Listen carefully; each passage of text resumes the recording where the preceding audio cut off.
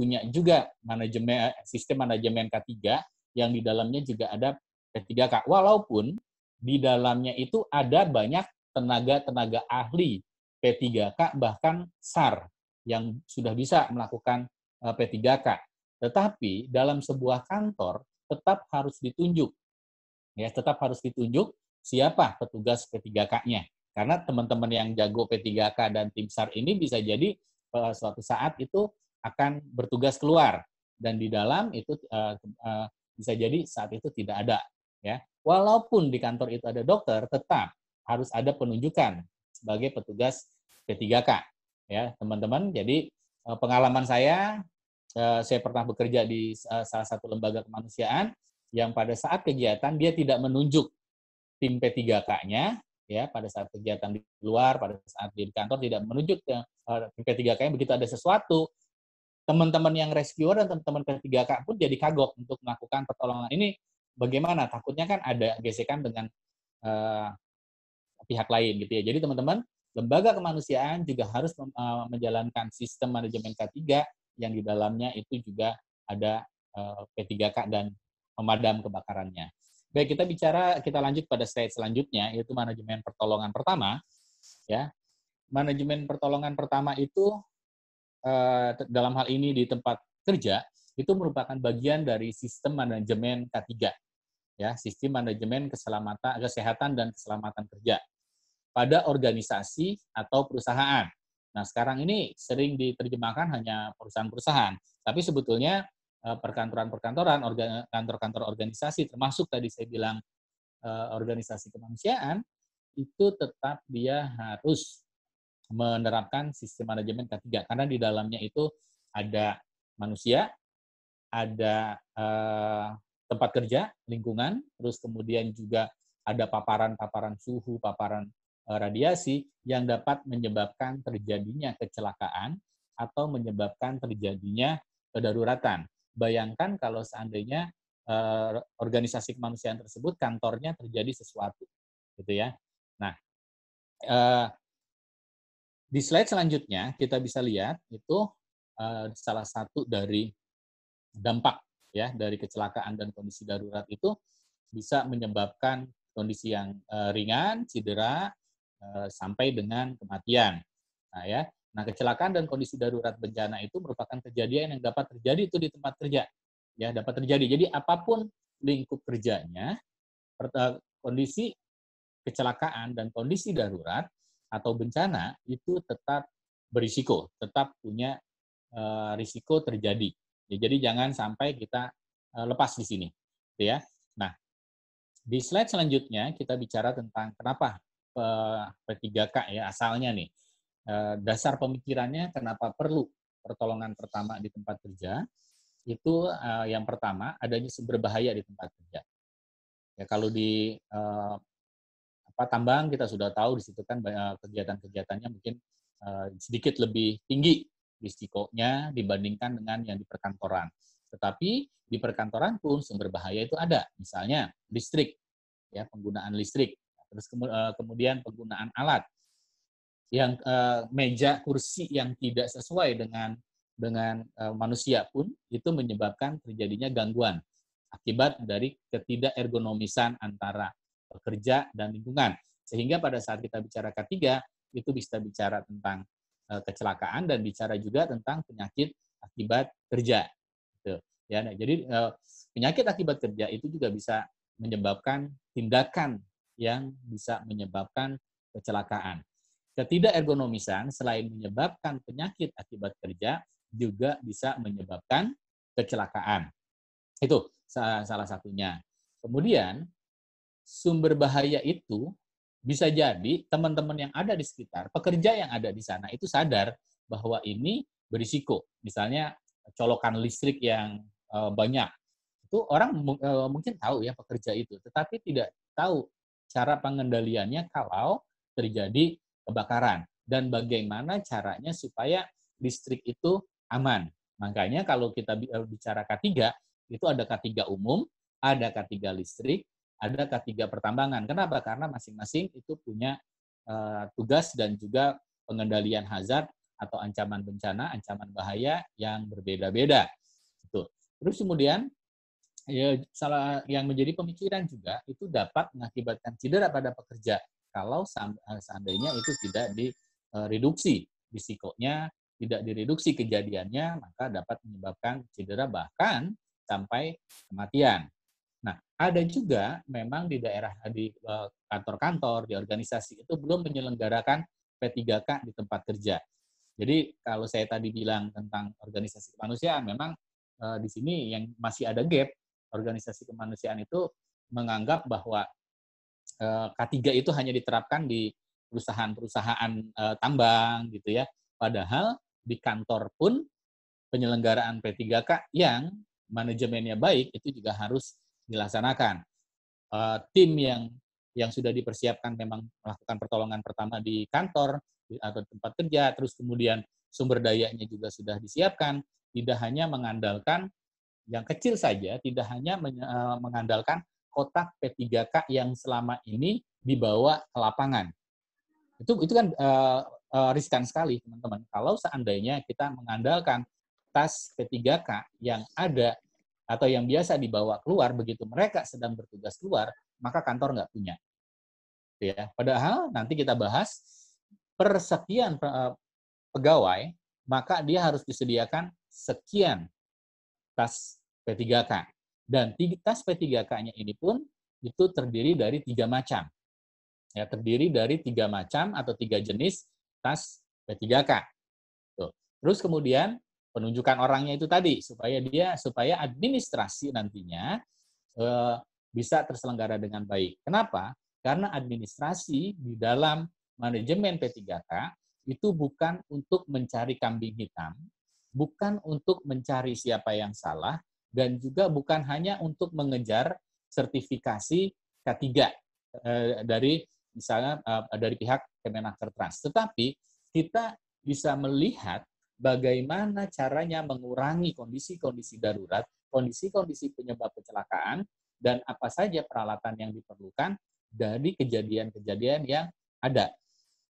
Ya mungkin teman-teman ingat bahwa kesehatan keselamatan kerja itu juga tidak menunggu laporan setelah kejadian. Pada saat hampir kejadian, kayak near miss gitu ya, hampir kecelakaan, terpleset yang tidak menyebabkan dia sampai jatuh, tetapi itu merupakan sesuatu yang harus didokumentasikan. Yang nanti tujuannya kita bisa mereduksi risiko tersebut. Sama di P3K juga seperti itu. Jadi harus ada administrasinya, pendokumentasiannya, prosesnya bagaimana, lokasinya bagaimana. Nah, itulah yang kita pikirkan setiap kantor itu memang harus punya, dan peraturan menteri ini harus dijalankan gitu ya di kantor-kantor tersebut. Di slide selanjutnya, silakan. Nah, di slide selanjutnya ada beberapa contoh kecelakaan di tempat kerja. Ya, kecelakaan, kejadian darurat itu di tempat kerja. Misalnya kebakaran. Ini juga termasuk yang tinggi karena kita bekerja dengan sumber kebakaran, ya, dengan benda yang bisa menyebabkan kebakaran, misalnya listrik. Ya, yang paling sering itu listrik. Terus kemudian juga ledakan.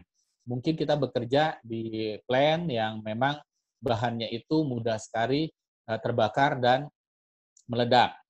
Kemudian juga terjatuh. Ini di kantor, di lapangan, ini juga bisa menyebabkan kita menjadi cedera dan kasusnya juga cukup tinggi.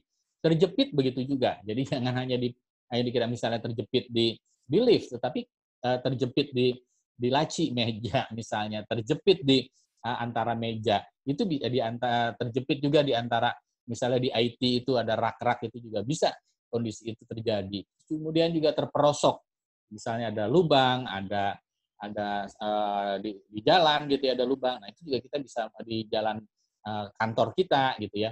Terus juga terjebak pada ruangan. Itu juga kemungkinan terjadi. Terjebak ini bisa misalnya karena gempa bumi, bangunannya runtuh atau bagian dalamnya itu runtuh sehingga dia terjebak pada suatu ruangan. Kemudian juga bisa kecelakaan berupa tabrakan ya antar kendaraan. Nah, ini sering terjadi tabrakannya ini di kantor maupun nanti di jalan. Ini juga harus kita hindari. Dan teman-teman di lembaga kemanusiaan jangan lupa kecelakaan lalu lintas, kalau kita bisa bilang di sini, kecelakaan lalu lintas itu di lembaga kemanusiaan itu juga cukup tinggi yang perlu diperhatikan tuh. Terus juga yang selanjutnya itu terkait dengan kebocoran gas. Kemudian di situ juga ada tenggelam misalnya, ya tenggelam itu tergantung dari pekerjaan kita masing-masing. Nah, di slide selanjutnya itu kita bicara tentang keadaan darurat yang menurut OHSAS gitu ya internasional, ya itu di klausul di OHSAS 18.001 tahun 2007, klausul 4.4.7 mengenai emergency preparedness dan response itu salah satu keadaan darurat yang disampaikan di sana itu adalah satu, kebakaran yang tidak mampu dipadamkan regu pemadam kebakaran perusahaan dalam waktu singkat. Jadi, pada saat di kantor terjadi kebakaran, terus kemudian regu pemadam kebakaran yang mampu melakukan pemadaman awal, ya, maka itu tidak masuk dalam kondisi keadaan darurat. Tetapi kalau regu pemadamnya ini tidak mampu mengendalikan kebakaran, maka dia masuk ke dalam status keadaan darurat dan sudah pasti ya pihak luar ini sangat dibutuhkan bantuannya. Walaupun ingat tetap teman-teman, begitu terjadi kebakaran, kantor yang bertanggung jawab dalam bidang pemadaman kebakaran tetap harus menghubungi pemadam kebakaran, dinas pemadam kebakaran untuk melakukan backup bila tidak mampu untuk dipadamkan. Kemudian bisa juga yang kedua itu menurut OSAS itu adalah peledakan spontan pada tangki, pada bin, pada silo dan sebagainya. Jadi peledakan spontan. Kemudian bisa juga terjadinya kebocoran gas, cairan, bahan material berbahaya lainnya dalam skala yang besar dan tidak bisa diatasi dalam waktu singkat. Ini juga termasuk keadaan darurat. Kemudian, bencana alam di lingkungan perusahaan. Nah, ini bencana alam di lingkungan perusahaan dan kantor itu bisa saja terjadi dan kerap terjadi. Misalnya terjadi banjir. Ya, kantor kita mungkin tinggi nggak masalah pada saat banjir, tetapi itu mempengaruhi nanti proses pada saat kita berjalannya kantor sehingga jam kerja bisa terganggu karena kantor tidak bisa diakses atau pekerja tidak bisa pulang dan juga logistik yang diperlukan itu tidak bisa keluar atau masuk ke dalam perusahaan kita atau ke dalam kantor kita. Gempa bumi Indonesia kita tahu sendiri itu memang sangat tinggi sekali karena kita dipagari, dialasi itu oleh lempeng bumi yang sangat aktif sehingga bisa menyebabkan gempa bumi. Dalam sehari saja gempa bumi di bawah 5 magnitudo itu bisa terjadi ratusan. Ya, terus kemudian walaupun itu ada yang dirasakan oleh kita, ada juga yang tidak dirasakan, tetapi berdasarkan data BMKG itu di seluruh wilayah Indonesia itu gempa bumi dalam satu hari bisa terjadi ratusan, gitu ya. Nah, kemudian juga angin ribut di Indonesia juga karena di daerah Khatulistiwa, angin ribut ini juga kerap terjadi, ya. Terus kemudian gunung meletus, beberapa perusahaan juga banyak atau kantor itu banyak ada di wilayah-wilayah jangkauan kawasan rawan bencana dari gunung meletus dan ini juga sangat mempengaruhi. Terus juga kemudian tsunami. Ya, contohnya kantor-kantor, terus kemudian perusahaan-perusahaan, pabrik-pabrik yang ada di daerah Cilegon. Itu juga risiko gempa dan tsunami-nya cukup tinggi. Ya, cukup tinggi sehingga dia kalau terjadi kondisi seperti ini, maka dia bisa masuk ke dalam keadaan darurat, ya. Nah, kemudian aksi terorisme, misalnya ancaman bom, termasuk juga perampokan, itu juga merupakan suatu keadaan darurat, ya. Terus kemudian demonstrasi, unjuk rasa, huru-hara di dalam dan di luar lingkungan perusahaan itu juga bisa menjadi keadaan darurat. Misalnya kalau di luar lingkungan perusahaan itu terjadi demonstrasi besar-besaran masyarakat yang ada di luar itu juga mempengaruhi kita yang ada di kantor dan di perusahaan.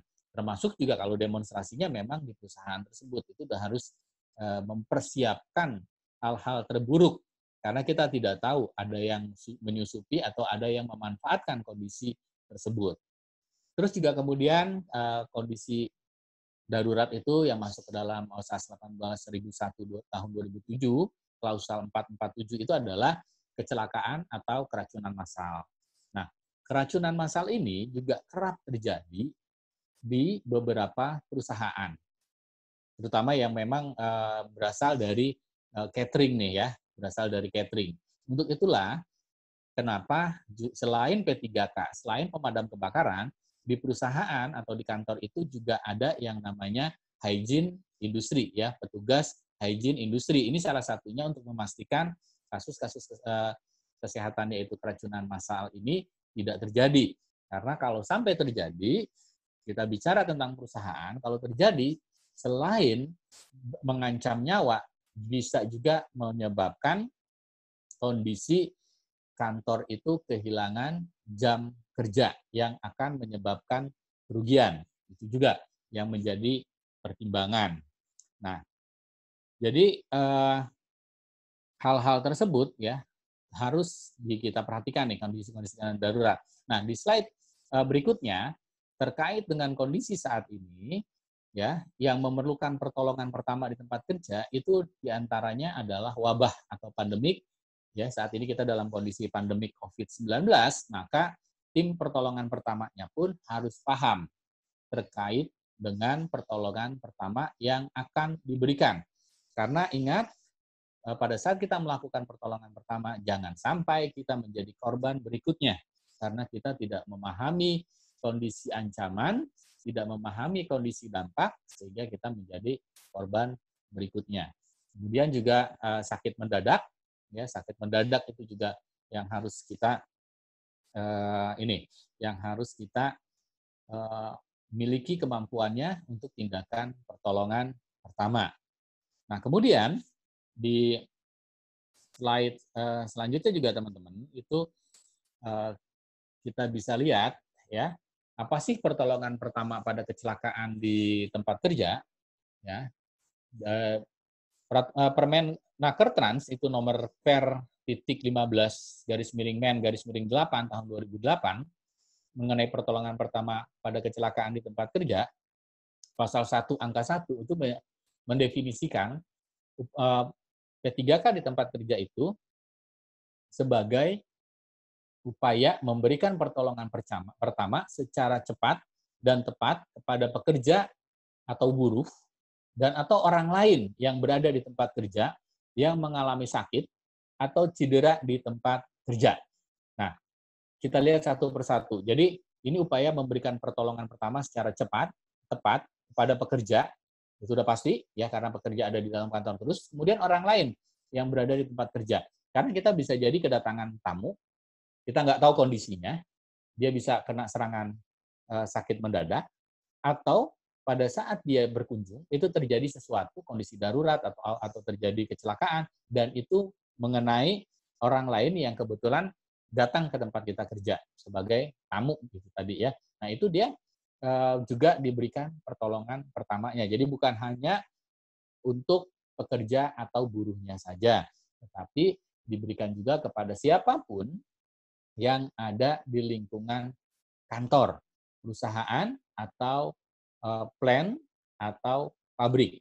Itu teman-teman. Jadi skupnya di sini cukup luas. Nah, pertolongan pertama itu sendiri ya didefinisikan sebagai tindakan dasar medis ya, tindakan dasar medis kepada orang yang membutuhkan atau kepada diri sendiri tanpa menggunakan alat atau menggunakan alat yang sesuai dengan standar pertolongan pertama. Itu ya definisi pertolongan pertama secara umum. Jadi memberikan pertolongan medis dasar. Nah, karena ada kalimat medis dasar, maka di dalam Permenkes, di dalam Permenaker Trans itu ada syarat bahwa yang bisa melakukan pertolongan pertama itu adalah mereka yang sudah tersertifikasi memiliki kompetensi untuk melakukan P3K. Nah, itu teman-teman. Jadi jangan salah. Jangan nantinya di kantor kita jangan asal tunjuk. Jangan asal tunjuk karena dia mau.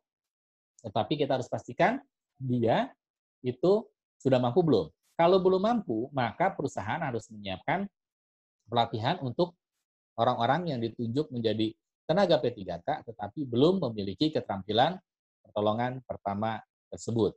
Ya. Nah, tujuan pertolongan pertama ya pada slide berikutnya itu yang harus menjadi ingatan kita di dalam kita nanti saat kita mengelola pertolongan pertama, misalnya manajemennya, ya kan manajemen nanti kita bicara itu biasanya terkait dengan method, money, machinery atau peralatan gitu ya. Nah, kita harus ingat tujuannya bahwa tujuan pertolongan pertama di tempat kerja itu adalah satu, menyelamatkan jiwa penderita. Sehingga nanti untuk sumber dayanya, untuk peralatannya, misalnya itu juga harus sesuai dengan tujuan ini, menyelamatkan jiwa penderita. Kemudian juga mencegah kecacatan. Ya. Yang ketiga, memberikan rasa nyaman dan menunjang proses penyembuhan.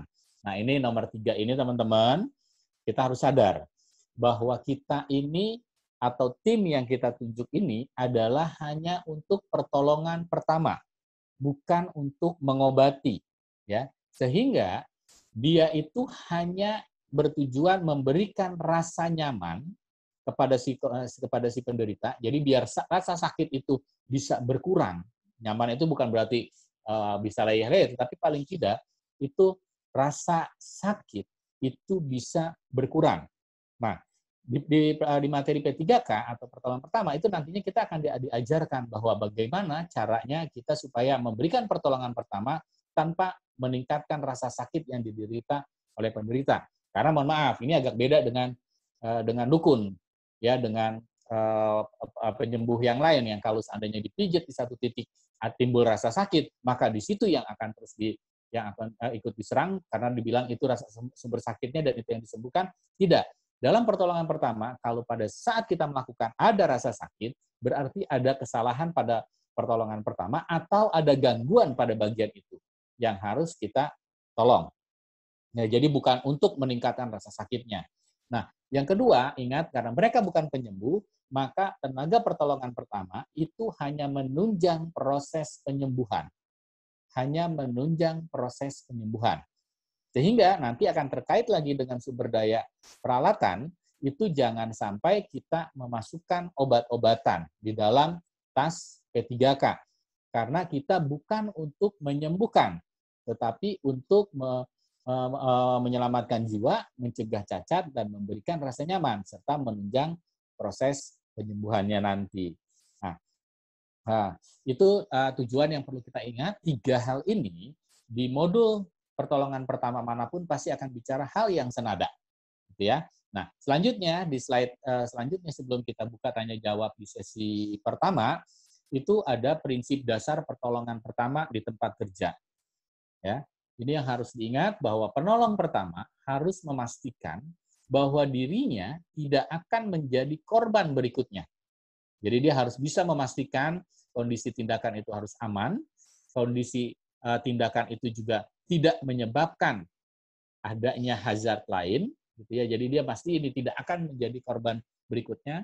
Kemudian juga tidak menyebabkan adanya kondisi darurat lanjutan. Nah, yang kedua, gunakanlah metode pertolongan yang pertama. Metode pertolongan pertama itu yang cepat, mudah, dan efisien. Kenapa cepat, mudah, dan efisien? Karena kita berpacu dengan waktu. Ada yang namanya golden time. Golden time pada kasus-kasus jalan nafas itu hanya 6 menit pertama. Lewat dari 6 menit ini, maka nyawa sudah terancam. Maka tindakan kita harus cepat. Terus kemudian tindakan yang kita lakukan sebagai penolong pertama, jangan menggunakan metode-metode yang sulit sehingga nantinya membutuhkan waktu yang lama, membutuhkan alat yang banyak, membutuhkan alat yang sulit digunakan, membutuhkan alat yang kita tidak tahu bagaimana menggunakannya, yang menyebabkan nanti akhirnya pertolongan pertama jadi terlambat dan bisa menyebabkan kecacatan atau malah hilangnya nyawa. Ya. Terus kemudian yang perlu kita ingat lagi teman-teman, catat semua upaya pertolongan yang telah diberikan, ya, yang telah diberikan, dan kondisi penderita sebelum. Jadi pada saat sebelum dia itu sakit, sebelum terjadi kecelakaan atau sebelum kondisi darurat terjadi, ditanya si penderita yang sebelumnya itu dia bagaimana, makan apa, ya, melakukan apa, minum obat apa, sehingga kita bisa tahu kondisinya. Oh, ini ternyata kecelakaan yang dia derita terkait dengan hal-hal ini. Atau dia punya sakit tertentu. Maaf, dia punya sakit tertentu yang memang sebetulnya dia tidak perlu masuk kerja, tetapi karena kondisi tertentu, misalnya dia merasa cuma sakit begini aja gitu ya, itu bisa mempengaruhi, itu bisa kita asesmen tuh di sana, bisa kita lihat. Termasuk obat-obatan, dia minumnya obat apa? Kalau seandainya dia mengkonsumsi obat-obatan yang menyebabkan terjadinya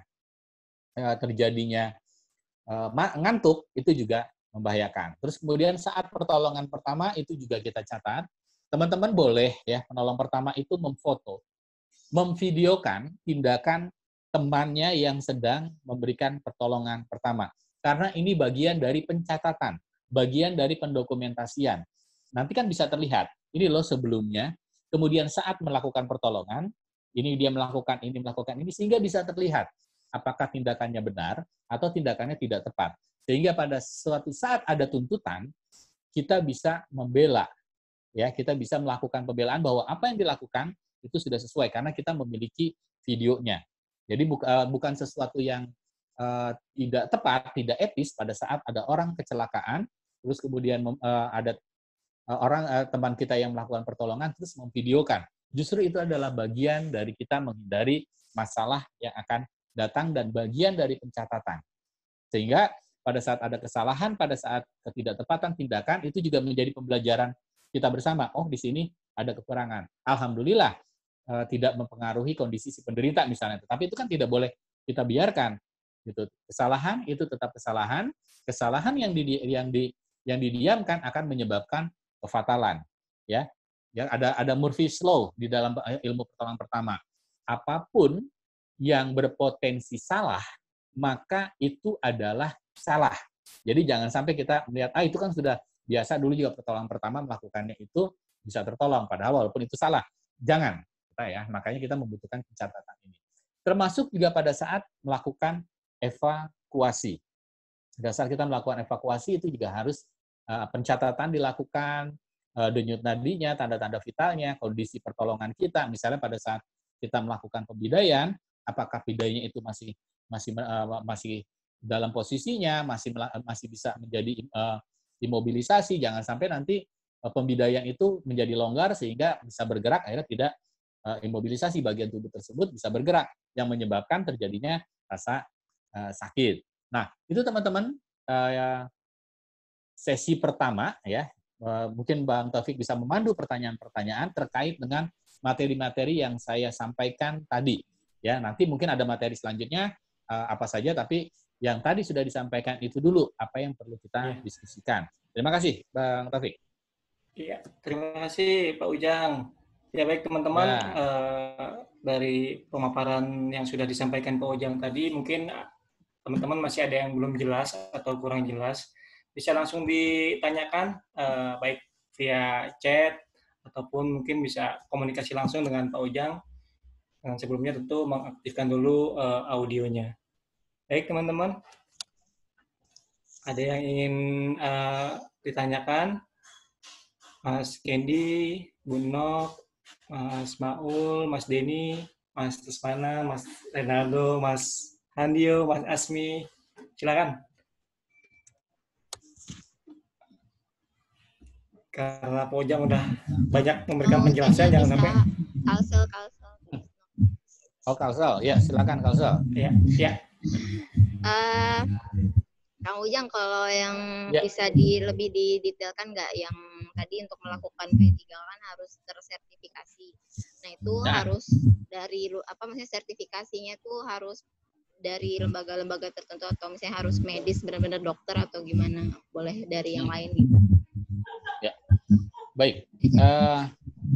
pelatihan pertolongan pertama pada kecelakaan di tempat kerja itu bisa dilakukan oleh lembaga-lembaga yang menyelenggarakan pelatihan P3K, terus kemudian dia mempunyai kurikulum yang jelas yang harus merujuk kepada kurikulum Permenaker Trans tadi itu. Jadi dia bisa. Terus kemudian ada kerjasama dengan Kemenaker Trans, ya, dengan Kemenaker Trans yang menyatakan bahwa lembaga tersebut itu adalah lembaga yang bisa menyelenggarakan pelatihan P3K di tempat kerja. Itu kalau lembaganya. Tetapi kalau instrukturnya itu bisa diambil dari individu-individu yang memang memahami pertolongan pertama. Jadi mohon maaf nih, dokter itu juga terkadang kalau di perkantoran mungkin dia bisa melakukan, tapi kalau di lapangan itu belum tentu dia itu terlatih juga bisa jadi dia dokter lulusan baru yang belum punya pengalaman di bidang pertolongan pertama lapangan, pre-hospital gitu ya. Nah ini menyebabkan yang menjadi pelatih pertolongan pertama itu memang nanti akan dipilih oleh lembaga-lembaga penyelenggara pelatihan P3K itu adalah mereka yang sudah punya sertifikasi instruktur dan juga memiliki pengalaman di lapangan dan pernah mengikuti pelatihan-pelatihan penyelenggaraan pertolongan pertama di tempat kerja. Jadi lembaga-lembaga itu memang harus lembaga-lembaga yang memiliki hubungan dengan Kemenaker Trans. Begitu. Oke, baik. Ada Mas Tusmana juga yang ingin bertanya. Silakan langsung Mas Tusmana. Halo pagi, Bang Ujang mau nanya, Bang Ujang. Ya, silakan. Bang Ujang, kalau misalnya di satu perusahaan itu tidak memiliki manajemen disaster, kebetulan kan saya di Star Sampurna. Kalau misalnya di tempat lain yang misalnya tidak memiliki manajemen disaster, bagaimana kita pengajuannya kepada pihak manajemen? Ataupun istilahnya orang-orang yang berkepentingan agar manajemen disaster ini juga bisa digunakan di perkantoran, dalam hal ini perkantoran kan gitu. Kalau yang di luar kan oke lah, kita kebanyakan orang lapangan kita sering melakukan itu. Tapi kalau untuk yang di kantoran seperti apa gitu? Ya, baik. Nah, kita bisa mengadvokasi pihak manajemen karena biar bagaimanapun kalau kita bicara sudah sistem manajemen, mau sistem manajemen K3 atau yang kecilnya itu sistem manajemen P3K, maka membutuhkan dukungan dari top manajemen. Ya, ini membutuhkan top manajemen. Nah, pada saat kita advokasi top manajemen yang menjadi alat kita yang pertama itu adalah peraturan-peraturan yang berlaku. Ya, misalnya peraturan nanti kita bahas nih nomor berapanya nanti bisa dicatat gitu ya. Yang pertama itu tadi, yang Permenaker Trans tadi itu juga sebagai dasar. Kemudian juga Permenkes terkait dengan kesehatan dan keselamatan di perkantoran. Nah, di situ juga kita bisa melihat bahwa yang namanya perkantoran, ya itu wajib memiliki SMK 3. Nah, itu yang bisa kita jadikan alat untuk mengajukan ke atas bahwa kita harus punya. Karena sudah ada hukum positifnya, kalau tidak dijalankan, maka itu ada dampak. Ada dampak pada saat nanti Dinas Tenaga Kerja setempat melakukan inspeksi ke kantor, ternyata tidak ada sistem manajemen K3, tidak ada sistem orang-orang yang menjalankan K3 tersebut, tidak ada sistemnya, maka itu akan menjadi catatan buruk bagi perusahaan. Kemudian, kalau tidak ada sistem manajemen K3, itu artinya kita sudah tahu ada bahaya, tetapi kita tidak melakukan upaya pengurangan risikonya, dan kalau sampai nanti terjadi kedaruratan atau kejadian, maka yang rugi selain si pekerja, maka kantor juga bisa rugi. Misalnya, jam kantor itu jadi tidak berjalan. Nah, itu juga bisa keluar yang namanya hitung-hitungan kerugian dalam uang. Mohon maaf, karena biasanya kalau kantor itu juga kan melihatnya, ini ada kerugian jam kerja nggak nih? Kalau nggak ada kerugian jam kerja, untuk apa gitu ya? Nah, bayangkan kalau ada satu orang, dia mengalami kecelakaan, sedangkan dia harus menjalankan tugas tertentu, kemudian dia tidak mendapatkan P3K yang tepat dan di awal mungkin, dia hanya langsung merujuk ke rumah sakit, sehingga dia harus bed rest di rumah sakit sekian hari, maka kehilangan jam kerja, walaupun cuma 1 orang, dan bisa mempengaruhi sistem yang ada di kantor tersebut. Nah, itu pertimbangan-pertimbangannya.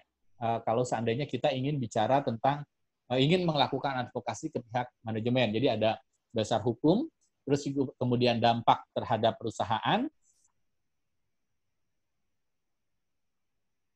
Itu kalau seandainya celaka, itu juga nanti kantor akan mengeluarkan sumber daya lain kan, misalnya uang santunan, uang pelayanan kesehatan. Nah, itu yang bisa saya coba sampaikan. Iya, baik. Cukup jelas ya, Mas Lusmana. Mungkin ada lagi teman-teman. Kita kasih kesempatan untuk 3 orang penanya pertama. Kalau tidak ada, mungkin bisa dilanjutkan ke materi selanjutnya.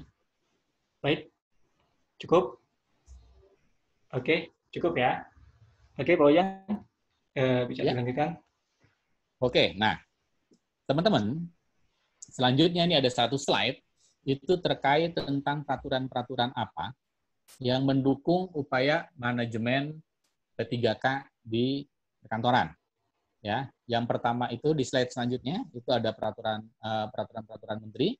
Nah, ini yang bisa kita jadikan dasar, ya, yang kita bisa jadikan dasar pada saat melaksanakan upaya-upaya pengurangan risiko kecelakaan dan kenapa tim P3K itu diperlukan.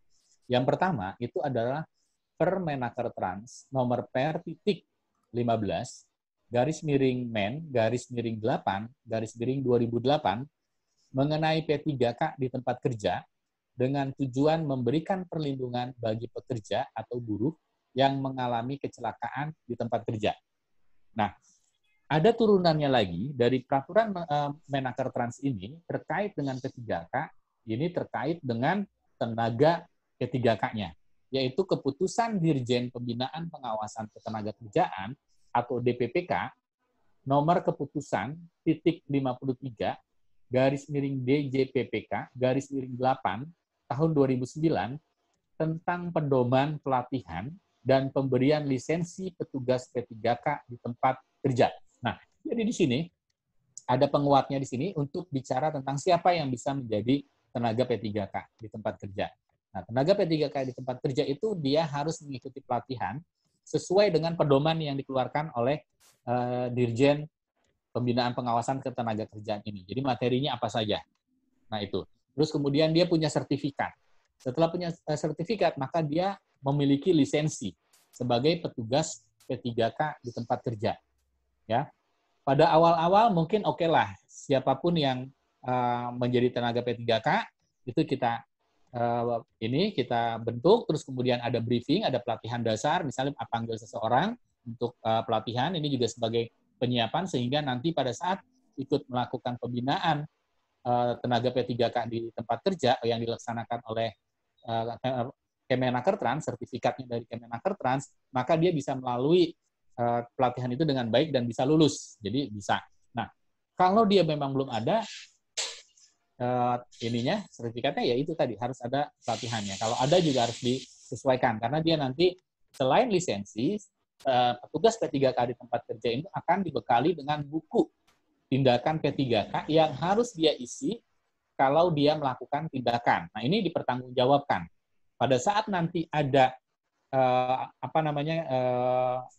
asesmen dari Dinas Tenaga Kerja, maka dia bisa dilihat tenaga P3K-nya melakukan tindakan P3K, ada pencatatannya enggak? Itu. Terus kemudian ada juga di beberapa tempat hal-hal ini diperlombakan gitu ya, diperlombakan. Jadi dilihat administrasinya yang bagus. Itu ada juga sehingga kita harus mengikuti ini. Yang kedua, peraturan menterinya itu adalah peraturan Menteri Kesehatan itu nomor 48 tahun 2016 tentang standar keselamatan dan kesehatan kerja perkantoran. Ini terutama kalau yang terkait dengan P3K itu adalah pasal 14 dan 18. Tapi secara keseluruhan untuk SMK 3 itu ada di dalam Permenkes ini.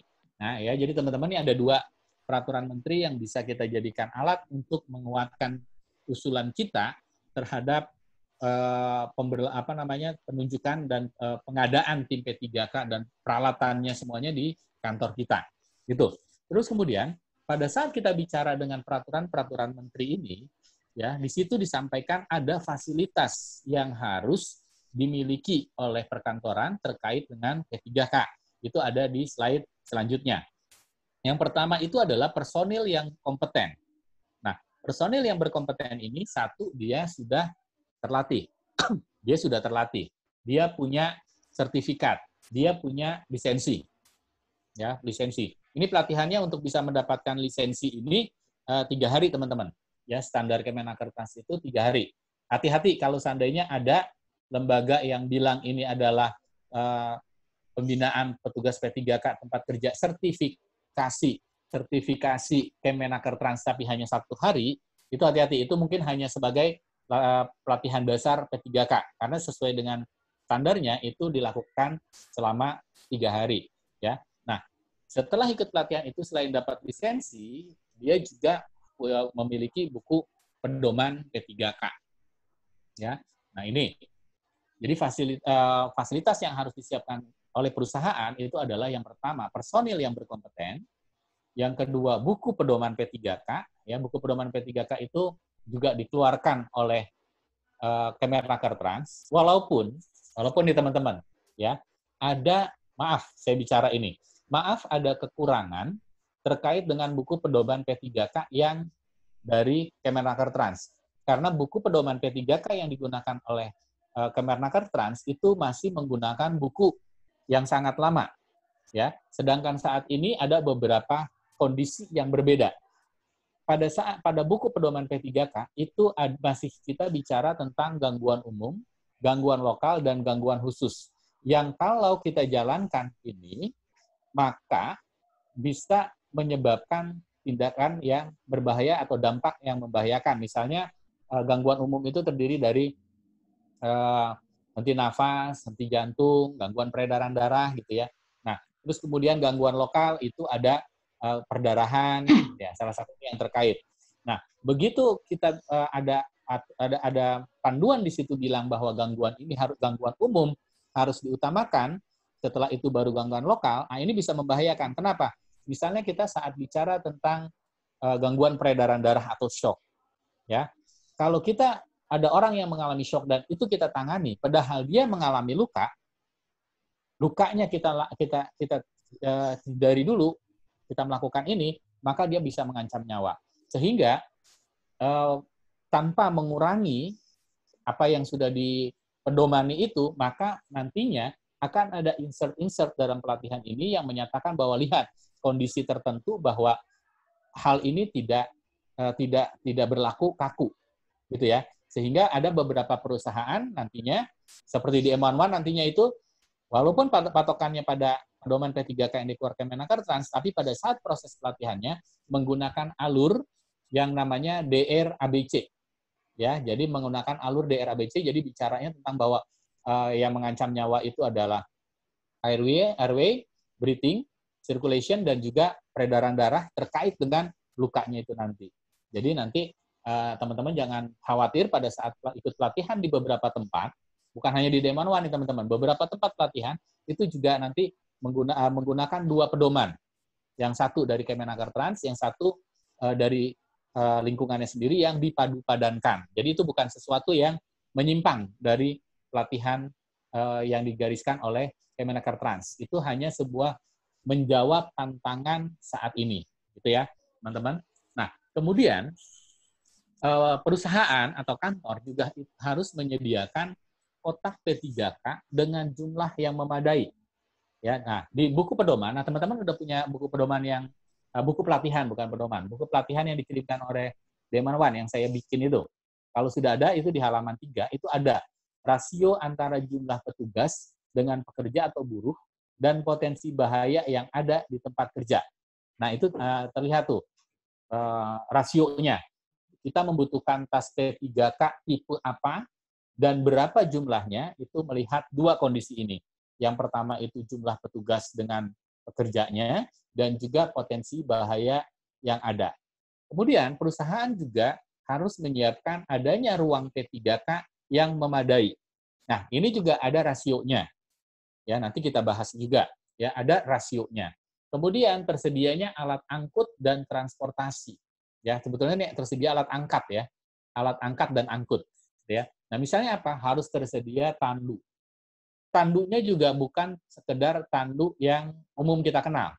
Di sana nanti tergantung dengan potensi bahaya dan juga kondisi lapangan, itu misalnya harus disediakan tandu yang scope gitu ya, tandu scope, tandu yang bisa digunakan untuk pada kondisi gangguan tulang belakang yang kita duga ada trauma tulang belakang, misalnya seperti itu. Terus kemudian perusahaan atau kantor manajemen itu juga harus menyediakan alat pelindung diri, ya, alat pelindung diri atau APD, misalnya sarung tangan medis, terus kemudian masker medis, kemudian juga sepatu safety itu untuk yang petugas P3K gitu ya, itu harus disediakan. Nah, saat ini itu juga harus ditambahkan karena kita kondisinya pandemik, yaitu adanya face shield, ya, terus kemudian gown atau baju yang droplets atau cairan tubuh itu tidak menyerap, tetapi dia nempel ya, nempel dan gampang untuk dibersihkan. Dan juga perusahaan atau kantor itu juga menyiapkan peralatan darurat. Nah, itu teman-teman, ini fasilitas yang harus kita dapatkan sebagai petugas P3K dan sebagai manajer K3 di perusahaan. Jadi perusahaan ini harus memenuhi fasilitas ini. Nah, di slide selanjutnya kita bicara sekarang tentang petugas pertolongan pertamanya. Nah, kan kita sudah punya nih dasar hukumnya, ya, 2 dasar hukum yang peraturan menteri dan 1 keputusan dirjen. Nah, disinilah nanti kita akan melihat apa saja yang menjadi syarat bagi si petugas pertolongan pertama dan apa saja syarat bagi si perusahaan. Nah, di slide selanjutnya itu ada syarat-syarat petugas pertolongan pertama. Ya, yang pertama itu adalah bekerja pada perusahaan yang bersangkutan. Jadi, petugas P3K ini tidak bisa petugas P3K on call. Ya, petugas P3K yang kalau ada kecelakaan, dia dipanggil. Itu nggak bisa. Kenapa? Karena kita pada beberapa kasus punya waktu atau punya golden time, punya waktu emas atau golden time yang sangat pendek, 6 menit. Bayangkan kalau ada orang yang terkena serangan jantung, atau orang yang mengalami kecelakaan dan dia mengalami henti jantung, membutuhkan penanganan segera. Dan tenaga P3K-nya itu adalah tenaga P3K on call, yang datang saja itu membutuhkan waktu bermenit-menit. Maka kefatalan itu semakin meninggi risikonya. Nah, itulah maka petugas pertolongan pertama itu harus dia bekerja pada perusahaan yang bersangkutan. Nah, untuk teman-teman yang di lembaga kemanusiaan, maka petugas pertolongan pertama di kantor, sebisa mungkin mereka yang memang melakukan aktivitasnya di kantor.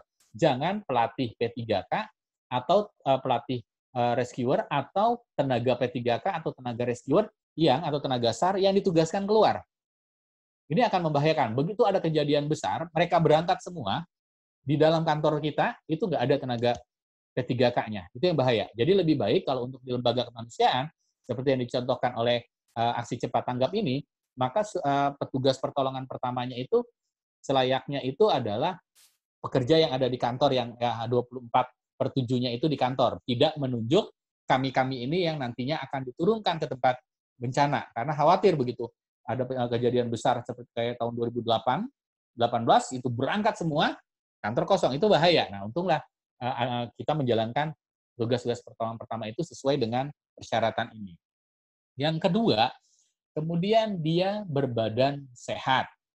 Ya, badannya berbadan sehat nih, ya. Jadi dia bisa mengangkat, bisa mengangkut, bisa melakukan tindakan dalam jangka waktu yang lumayan lama, misalnya melakukan resusitasi jantung paru atau pijat jantung luar itu teman-teman, itu kan sangat berat sekali. Bagi mereka yang mempunyai keterbatasan kesehatan, melakukan ini akan sulit sekali. Itu yang kedua. Jadi dia berbadan sehat. Yang ketiga, bersedia ditunjuk sebagai petugas pertolongan pertama. Nah, ini penting nih. Petugas pertolongan pertama itu adalah sukarela dasarnya. Yang kedua, kalau di beberapa perusahaan itu tidak memberikan insentif tambahan sebagai petugas pertolongan pertama, maka itu menjadi bagian dari tugas amalnya dia. Sehingga dia bersedia nggak ditunjuk. Seperti pengalaman saya, pada saat saya bekerja di Lembaga Kemanusiaan Mercy Corps di Padang, itu saya menjadi petugas safety, ya, petugas safety di kantor tersebut, ya. Nah, itu tidak ada tambahan biayanya, ya. Itu hanya saya menjalankan tugas tambahan tanpa mendapatkan honor tambahan. Nah, itu tinggal ditanya ke orang tersebut mau atau tidak. Nah, disitulah tingkat kesukarelaannya. Walaupun di beberapa tempat yang pengalaman saya kemarin melatih juga bersama DM11, itu ada perusahaan-perusahaan yang memberikan insentif tambahan bila dia masuk ke dalam tim emergency response. Itu ada juga. Ya, baik itu jadi petugas P3K, terus kemudian petugas pemadam kebakaran, floor warden, dan seterusnya. Itu ada. Ya, itu kita tidak menutup kemungkinan itu ada perusahaan. Dan itu memang lebih baik lagi gitu ya. Nah, kemudian yang keempat, itu si petugas pertolongan pertama itu memiliki pengetahuan dan keterampilan melaksanakan pertolongan pertama di tempat kerja. Jadi dia punya pengetahuan dan keterampilan, terus kemudian pengalaman keterampilan ini juga diperkuat dengan sertifikat P3K di tempat kerja. Ya, nah sertifikat P3K di tempat kerja itu yang sekarang ada di lingkungan tempat kerja itu ada dua. Yang satu itu sertifikat yang dikeluarkan oleh Kemenakertrans yang mengikuti pelatihan 3 hari tersebut, dan yang kedua adalah sertifikat yang dikeluarkan oleh Badan Nasional Sertifikasi Profesi atau BNSP. Nah, ini dia mengeluarkan juga sertifikat tenaga P3K di tempat kerja. Bedanya adalah kalau Kemenakertrans begitu kita mengikuti pelatihan 3 hari, maka kita langsung mendapatkan lisensi dan sertifikat. Sedangkan untuk yang dari BNSP, itu sertifikat ini menjadi syarat untuk mendapatkan sertifikasi dari BNSP. Jadi dia harus menyampaikan syarat punya sertifikat P3K, dan yang membedakan lagi, dia harus punya syarat pengalaman kerja sebagai petugas P3K. Jadi beda dengan yang Kemenakertrans. Kalau Kemenakertrans begitu selesai ikut pelatihan, dia mendapatkan sertifikat. Kalau yang dari BNSP, selain dia harus mengajukan punya sertifikat P3K di tempat kerja, dia juga harus punya pengalaman telah bekerja atau melaksanakan tugas sebagai petugas P3K.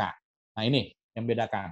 Nah, perusahaan yang belum ada tenaga yang terlatihnya ini, maka perusahaan itu bisa mengirimkan tenaga kerja tersebut untuk ikut pelatihan di lembaga-lembaga terkait, misalnya di DM11 mengadakan pelatihan, atau dia mengadakan pelatihan in-house. Ya, in-house training nih, dia panggil pelatih untuk tenaga P3K yang ada di kantornya. Kalau ini lebih baik lagi karena nanti pada saat kita melakukan simulasi, itu simulasinya bisa real case skenario yang kita gunakan. Jadi tidak berbeda karena memang kondisi di lapangan, kondisi di perusahaannya itu yang kita gunakan sebagai dasar pada saat penyusunan rencana kontingensi. Gitu. Nah, kemudian teman-teman, perusahaan itu juga melakukan seleksi.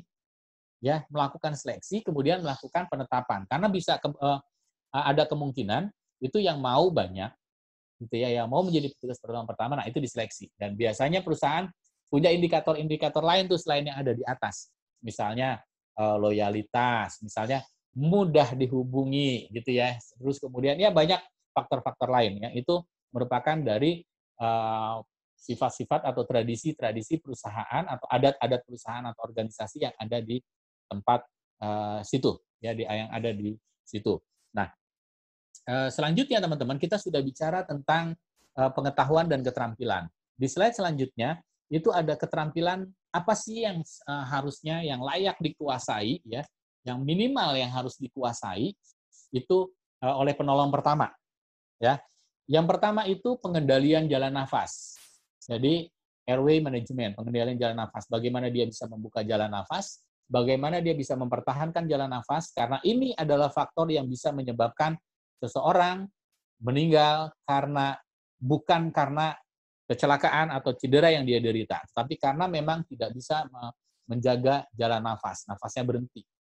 Ya, misalnya tadi hanya patah tulang saja, karena dia tidak sadarkan diri, di posisinya itu menyebabkan kepala ini tertunduk, sehingga jalan nafas tertutup. Ya, itu bisa menyebabkan kematian. Jadi kematiannya bukan karena patah tulangnya, tetapi karena jalan nafasnya yang tertutup. Nah, seorang penolong pertama itu harus bisa tahu kondisi-kondisi jalan nafas terganggu dan juga bagaimana mengendalikannya. Kemudian yang kedua, dia bisa melakukan tindakan resusitasi jantung paru atau bantuan hidup dasar. Bagaimana dia bisa membebaskan jalan nafas yang tersedak. Itu salah satunya yang masuk dalam bantuan hidup dasar. Kemudian juga bisa melakukan resusitasi jantung paru. Yang ketiga, dia bisa melakukan tindakan pengendalian perdarahan. Ya, pengendalian perdarahan. Bukan menghentikan perdarahan, teman-teman. Ya, pengendalian perdarahan. Karena kalau untuk menghentikan perdarahan, penolong pertama itu akan sulit melakukannya, ya, karena peralatan yang terbatas. Nanti kalau seandainya dipaksa dia harus bisa melakukan penghentian perdarahan, dia malah melakukan tindakan yang membahayakan si penderita. Jadi di sini cukup dia mampu mengendalikan perdarahan. Jadi mungkin perdarahannya itu bisa berhenti, sudah cukup, ya, tidak harus sampai darahnya itu benar-benar stop, tidak ada perdarahan yang keluar. Nah, itu nggak bisa. Terus kemudian dia juga bisa melakukan penanganan luka, ya, penanganan luka dasar dan juga penanganan luka berdasarkan lokasi yang ada di tempat dia kerja. Misalnya di daerah yang risiko tingkat kebakaran dan ledakannya tinggi, maka dia harus bisa melakukan penanganan luka bakar dan juga penanganan luka ledakan. Karena beda nih mekanisme cedera berbeda, maka cedera yang dialami juga itu berbeda. Kemudian penanganan selanjutnya itu juga adalah mampu melakukan penanganan patah tulang atau gangguan sendi tulang otot, gitu ya. Jadi ada bisa patah tulang, dia harus mampu, dan juga gangguan sendi tulang otot. Misalnya apa sendi tulang otot? Misalnya dia kram. Ya, kram itu kan bisa disebabkan juga karena gangguan kesehatan lainnya nih. Misalnya dia kena paparan panas. Jadi juga kram. Terus kemudian tulang, bisa tadi patah tulang, bisa terkilir. Otot gitu juga bisa karena dia mengalami dislokasi, bisa mengalami sprain, mengalami strain gitu ya. Jadi tendonnya terganggu dan seterusnya. Nanti akan kita bicarakan pada saat pelatihan pertolongan pertamanya. Nah, kemudian selanjutnya dia harus bisa melakukan penanganan penderita tak sadarkan diri. Jadi kalau pada saat dia ada penderita tidak sadarkan diri, itu bagaimana melakukan penanganannya. Selanjutnya, bisa melakukan penanganan yang sesuai dengan jenis pekerjaannya tadi tuh. Misalnya penanganan karena paparan panas, sengatan panas, gitu ya, heat stroke, terus kemudian bahan kimia yang bisa menyebabkan luka bakar, yang bisa menyebabkan gangguan pernafasan. Nah, ini biasanya pelatihan P3K-nya itu untuk yang tingkat dasar, tingkat lanjutan ya teman-teman. Ya, kemudian juga bekerja di ruang sempit, di ketinggian, di luar ruang atau di lapangan. Nah, ini juga dia harus tahu pertolongan pertamanya. Kemudian yang selanjutnya itu pengangkatan dan pengangkutan penderita. Karena apa? Karena pada saat proses pengangkatan dan pengangkutan penderita salah, maka bisa menyebabkan penderita tambah parah atau penolongnya yang mengalami cedera. Jadi dia harus punya keterampilan pengangkatan dan pengangkutan penderita yang baik dan benar. Kemudian dia juga punya keterampilan persiapan evakuasi medis pada saat dia menunggu ambulans, menunggu tim dokter yang datang, itu harus bisa menyiapkan selanjutnya. Ya, itu adalah keterampilan pertolongan pertama dasar yang harus dimiliki oleh tenaga pertolongan pertama, teman-teman. Nah, kemudian selanjutnya, selain keterampilan, tenaga pertolongan pertama itu juga harus dilengkapi dengan APD. ya harus dilengkapi dengan APD yang nantinya juga di beberapa APD-nya itu seperti di baju itu juga nanti akan harus ada identitas bahwa dia itu adalah penolong pertama, gitu ya. Nah, APD diantaranya itu teman-teman bisa lihat lebih jelas di buku pedoman yang sudah saya buat. Itu misalnya adalah masker medis, kemudian sarung tangan medis, kacamata safety yang untuk menghindari dia terpercik cairan tubuh dan darah, gitu ya. Terus kemudian face shield, terus kemudian helm, kemudian baju, ya. Kalau di lapangan juga dilengkapi dengan knee pad dan elbow pad, karena pada kondisi tertentu kita harus berlutut di tanah atau di aspal pada saat kita melakukan stabilisasi penderita. Nah, itu kalau kita tidak menggunakan pelindung siku atau pelindung lutut, itu menyebabkan penolong pertama cedera dan tidak mampu bertindak sesuai dengan yang diharapkan, karena dia makin lama merasakan sakit, sehingga yang harus dia bisa melakukan stabilisasi itu akan bergerak. Ya, terus kemudian sepatu safety itu bisa di kantor dan juga bisa di luar ruang, dan juga baju khusus untuk petugas pertolongan pertama.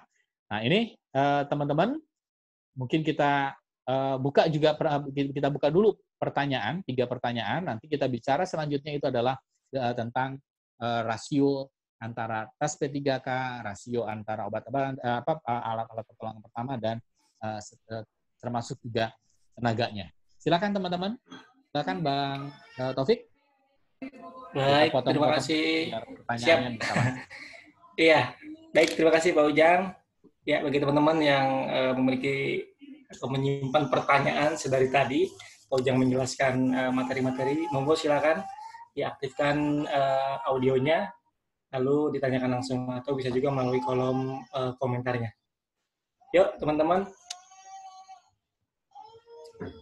Yang ingin ditanyakan silakan.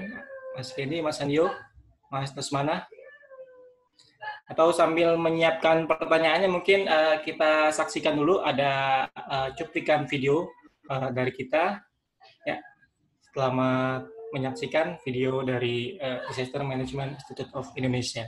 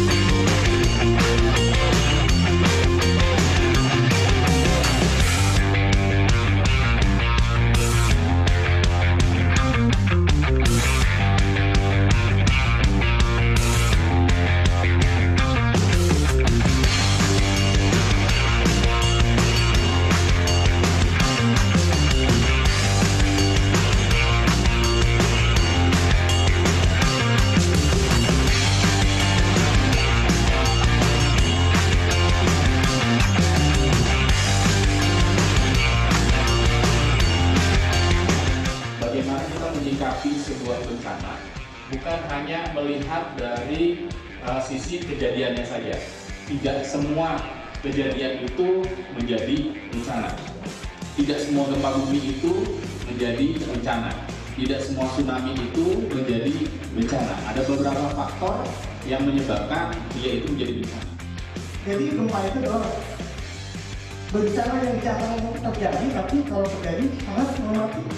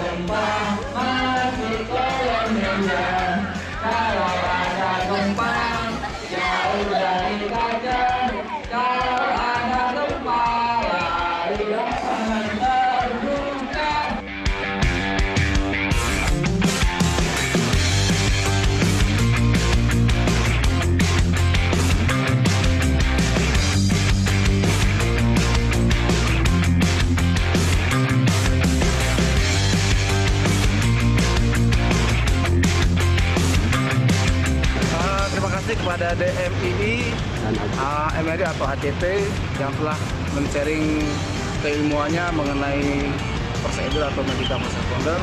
Mudah-mudahan ini bermanfaat buat kami, pada khususnya, dan buat nanti pada umumnya masyarakat luas yang akan kami buat pengetahuan ini.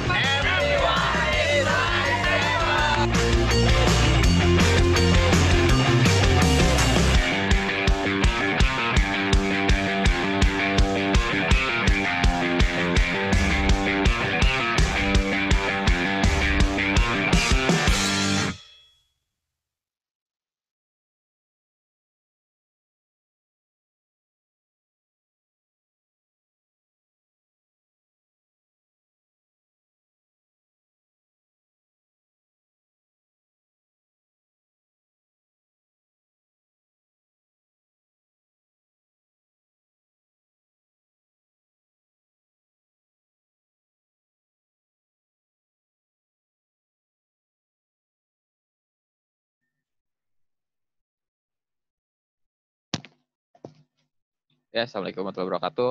Mohon maaf, ada gangguan dengan Bang Topiknya. Kang Ujang, saya ambil alih sebentar ya, karena ada gangguan pada Bang Topik. Oke, Kang Ujang, ada pertanyaan dari Lesman Walensa.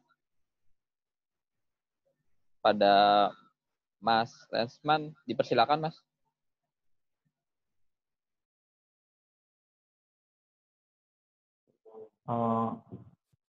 Kang Ujang, mau nanya Kang Ujang.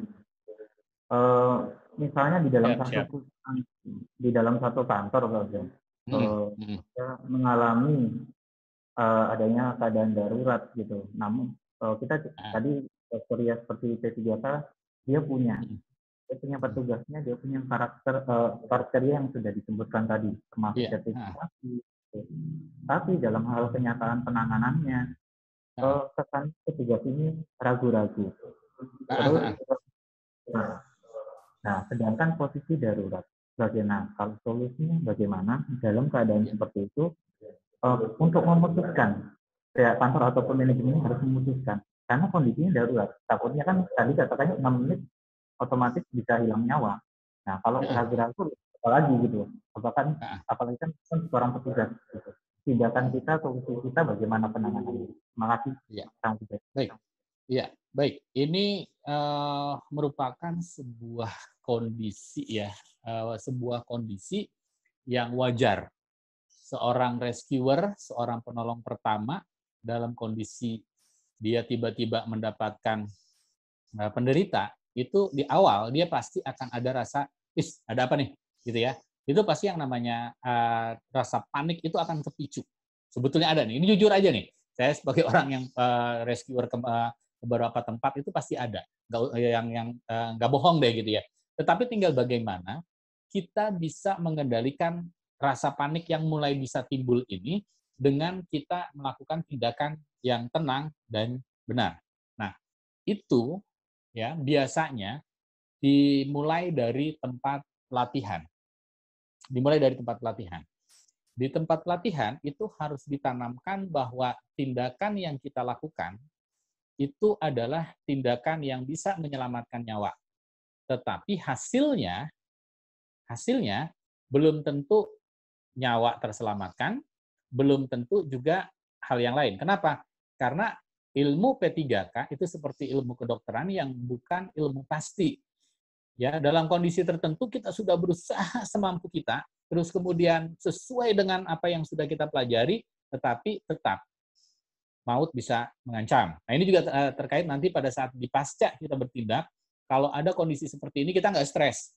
Nanti kita malah menyalahkan diri sendiri. Saya bertindak salah, padahal enggak. Tindakannya sudah benar. Tetapi dalam kondisi-kondisi tertentu, memang kondisi penderita itu sudah parah. Atau memang kondisi penderita itu sudah tidak bisa diselamatkan lagi. Nah, itu di tempat pelatihan harus dibangun itu.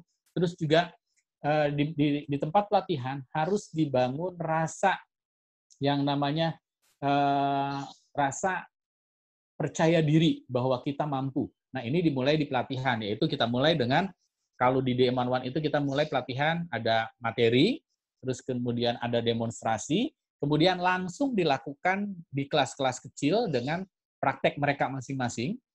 Kalau ada kesalahan itu wajar, kita perbaiki bersama sampai dia bisa, terus kemudian nanti kita lakukan simulasi, kemudian dia lulus, bukan tidak sampai di situ. Di kantor, kita juga harus bisa membantu perusahaan untuk melakukan simulasi-simulasi supaya si tim first aid ini dalam kondisi-kondisi kapanpun dia bisa melakukan tindakan. Jadi jangan karena dia sudah punya lisensinya misalnya berlaku, kayak BNSP itu kan sertifikasinya berlaku 3 tahun, udah tuh, dia kan sudah mampu, nggak ada lagi. Kita nunggu aja nanti ujian berikutnya untuk mendapatkan sertifikasi kompetensi lagi. Ini jangan. Paling tidak setahun itu kita lakukan 2 kali simulasi terkait dengan komponen-komponen kecil. Nah, pada saat kita ingin menguatkan tim K3, simulasi ini jangan langsung dilakukan yang besar, tapi lakukan dari mulai yang kecil. Misalnya P3K dulu, kemudian damkar dulu di waktu yang berbeda. Nah, dengan adanya simulasi-simulasi ini, itu membuat orang itu menjadi lebih percaya diri.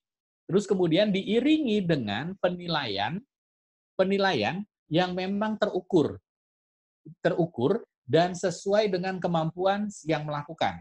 Jadi begitu dia lulus jadi petugas P3K kan, nggak mungkin bisa melakukan tindakan yang, misalnya tadi tuh, untuk penanganan patah tulang belakang. Yang 3 hari ini, yang pelatihan 1 hari, itu belum tentu mampu kan melakukan tindakan penanganan tulang belakang. Nah, itu yang kita batasi. Begitu yang 3 hari, dia bisa melakukan penanganan. Nah, ini kita simulasikannya sesuai dengan kompetensi yang dia miliki. Itu, ya, teman-teman. Nah, kemudian yang tanya juga tadi namanya mirip dengan saya nih.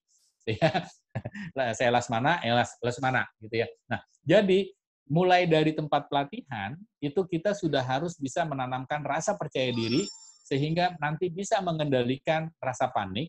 Kemudian setelah pelatihan, itu ada simulasi-simulasi yang tujuannya bukan untuk menilai dia salah atau tidak, tetapi untuk meningkatkan kemampuan dia bertindak. Gitu ya. Kadang-kadang kita salah nih, kita lihat, kamu salah, kamu ini enggak. Tapi justru kita bikin supaya dia itu tetap terjaga keterampilannya. Itu.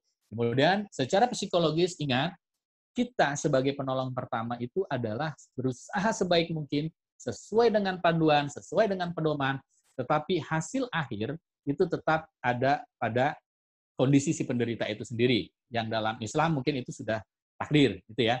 Nah, itu Pak Lesmana yang bisa saya share terkait dengan bagaimana kita mengelola rasa panik itu. Karena saya pun begitu menemukan keadaan darurat, itu pasti akan berhenti dulu. Berhenti melihat ada apa, nah, itu saya penenangan diri. Karena kejernihan berpikir itu bisa membuat kita bertindak lebih baik. Terima kasih. Ya, terima kasih Kang Ujang. Terima kasih Pak Lesman Walensa. Mau ada yang ditanya lagi atau udah cukup? Sudah cukup. Ya. Oke, kalau sudah cukup, kita akan memasuki ke pertanyaan kedua nih, Kang Ujang. Kebetulan dari Mas Handio Prianto. Silakan, Mas Handio. Bisa langsung ditanya pada Kang Ujang. Silakan, Mas. Terima kasih. Ini yang pertama tadi saya lihat di video tadi masih ada pelatihan CPR dengan teknik mouth-to-mouth breathing ya. Ya, saya mengikuti beberapa pelatihan terakhir ini katanya teknik tersebut sebenarnya sudah tidak direkomendasikan lagi untuk dilakukan kecuali kepada orang yang sudah benar-benar kita kenal atau keluarga dekat gitu untuk pencegahan penularan penyakit dan sejenisnya. COVID-19. Ya. Kemudian yang kedua terkait dengan peraturan Permenkes dan keputusan Dirjen mengenai kewajiban perusahaan untuk menyediakan petugas pertolongan pertama dan fasilitasnya.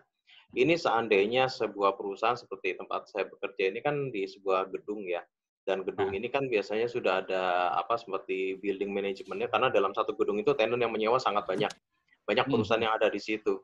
Seandainya memang dari perusahaan saya tidak ada petugas P3K atau memang tidak menyediakan ruang khusus karena memang kantornya cuma 1/4 lantai gitu.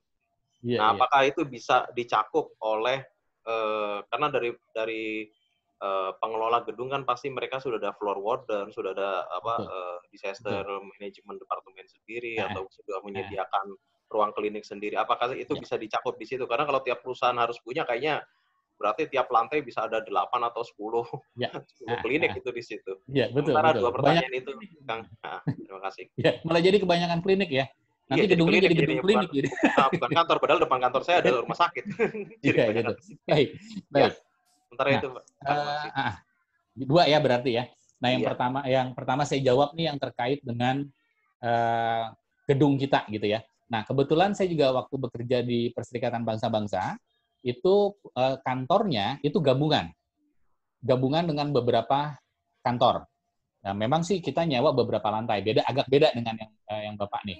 Nah, terus kemudian kita tetap mengikuti ada perbandingan jumlah karyawan, gitu ya, mengikuti perbandingan jumlah karyawan.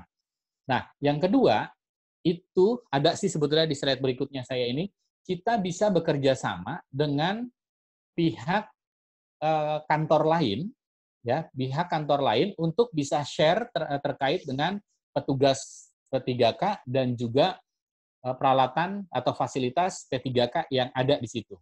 Atau kita bisa menyerahkan ke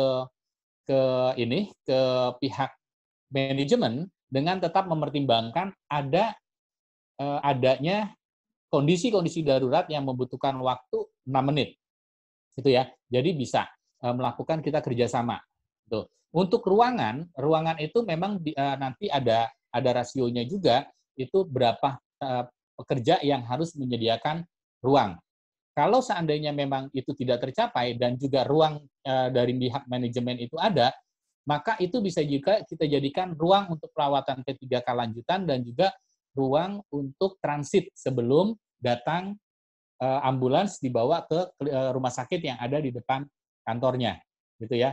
Nah, ini yang bisa dilakukan oleh perkantoran tersebut. Nah, pertanyaan yang pertama tadi terkait dengan resusitasi jantung paru, sampai saat ini AHA belum mengeluarkan panduan terbaru, walaupun dia seharusnya AHA tahun 2020 itu sudah mengeluarkan, tetapi dia belum mengeluarkan. Dia hanya baru mengeluarkan protokol kesehatan. Jadi, resusitasi jantung paru dengan menggunakan mouth to mouth itu masih direkomendasikan. Ya, masih direkomendasikan. Hanya saja di saat pandemik ini kita harus mengambil tindakan yang aman buat kita. Makanya di pelatihan yang kami laksanakan pun kami sarankan untuk orang dewasa itu tindakannya adalah pijat jantung saja. Pijat jantung saja. Atau bila memiliki APD yang yakin bahwa droplet atau semburan dari si penderita itu bisa mengamankan si droplet yang tidak mengenai si penolong. Misalnya kita menggunakan ambu, menggunakan balon resusitasi yang dihubungkan dengan masker masuk ke dalam yang cungkup gitu masuk ke hidung dan mulut penderita, kita bisa melakukan tindakan. Nah, itu bisa dilakukan. Yang kedua, kalau yang tadi Bapak bilang, dia keluarga kita. Kalau dia keluarga kita, maka kita sudah tahu di antara kita tidak ada penularan, maka kita bisa melakukan mouth to mouth, gitu ya. Jadi saat ini memang disarankan untuk melakukan pijat jantung saja, kecuali kondisi tadi dan kondisi pada anak-anak. Pada anak-anak ini kondisi di lapangan yang perlu kita ketahui itu adalah kondisi kejadiannya berbeda.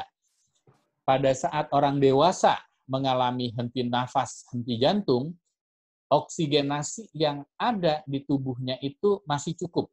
Sehingga pada saat kita lakukan pijat jantung saja, itu tingkat keberhasilannya masih cukup tinggi. Tetapi kalau pada anak-anak dan orang yang tenggelam, ini sirkulasinya sudah mulai terganggu nih, gitu ya. Nah, kalau di yang tenggelam itu tetap juga kita lakukan pemberian oksigenasi, ya. Dengan kondisi kita saat ini gunakan alat yang betul-betul aman, kita tidak kena semburan droplet. Kalau memang tidak ada, langkah yang bisa kita lakukan adalah pijat jantung saja. Karena pada saat kita melakukan pijat jantung saja, paru-paru itu juga akan tertekan. Pada saat paru-paru tertekan, udara keluar. Pada saat kita rilis, naik, maka udara mengembang, udara juga bisa masuk. Jadi itu ya, Pak. Jadi menurut AHA kita masih tetap bukan tetap. Pernafasan buatan mulut ke mulut pada resusitasi jantung paru masih merupakan tindakan yang efektif. Tetapi dalam kondisi ini, saya sarankan kita bisa melakukan pijat jantung saja. Karena untuk menghindari semburan droplet. Bayangkan pada saat kita berikan pernafasan, pada saat dia keluar itu droplet itu berupa bentuknya udah semburan. Yang itu sangat membahayakan bagi kita. Kita saat melakukan resusitasi mulut ke mulut saja, kita nggak pakai apa-apa. Gitu ya. Ada si alat, nih sebentar saya bawa.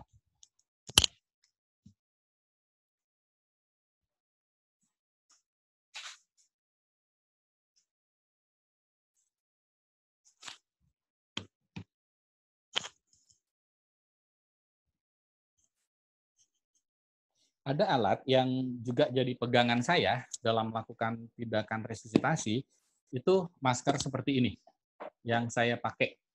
Ya, yang saya pakai. Nah, di sini pada saat terjadi semburan, pada saat semburan di sini, memang kita nggak kena semburannya di sini. Tetapi risiko itu masih ada, karena udaranya keluar dari sini. Ya, udara keluar dari sini. Nah, memang pada saat kondisi COVID ini, pernafasan mulut ke mulut itu lebih baik dihindari. Kalau kita mau pakai alat, gunakan alat yang aman, yaitu yang menggunakan balon resusitasi, atau yang biasanya mereknya Ambu. Gitu Pak, ya. Penjelasan dari saya. Terima kasih. Ya, baik, terima kasih. Ya. Oke, baik teman-teman. Sebelum saya mohon maaf tadi sempat terputus Pak Ujang karena koneksi internetnya. Ya, untuk mempersingkat waktu mungkin bisa dilanjutkan aja kali Pak Ujang ya materinya ya. Baik. Karena tadi sudah ada dua orang penanya, bisa dilanjutkan untuk materi selanjutnya. Silakan Pak Ujang. Oke, sip. Baik teman-teman, kita lanjut ke slide berikutnya, yaitu tentang rasio jumlah petugas pertolongan pertama di tempat kerja.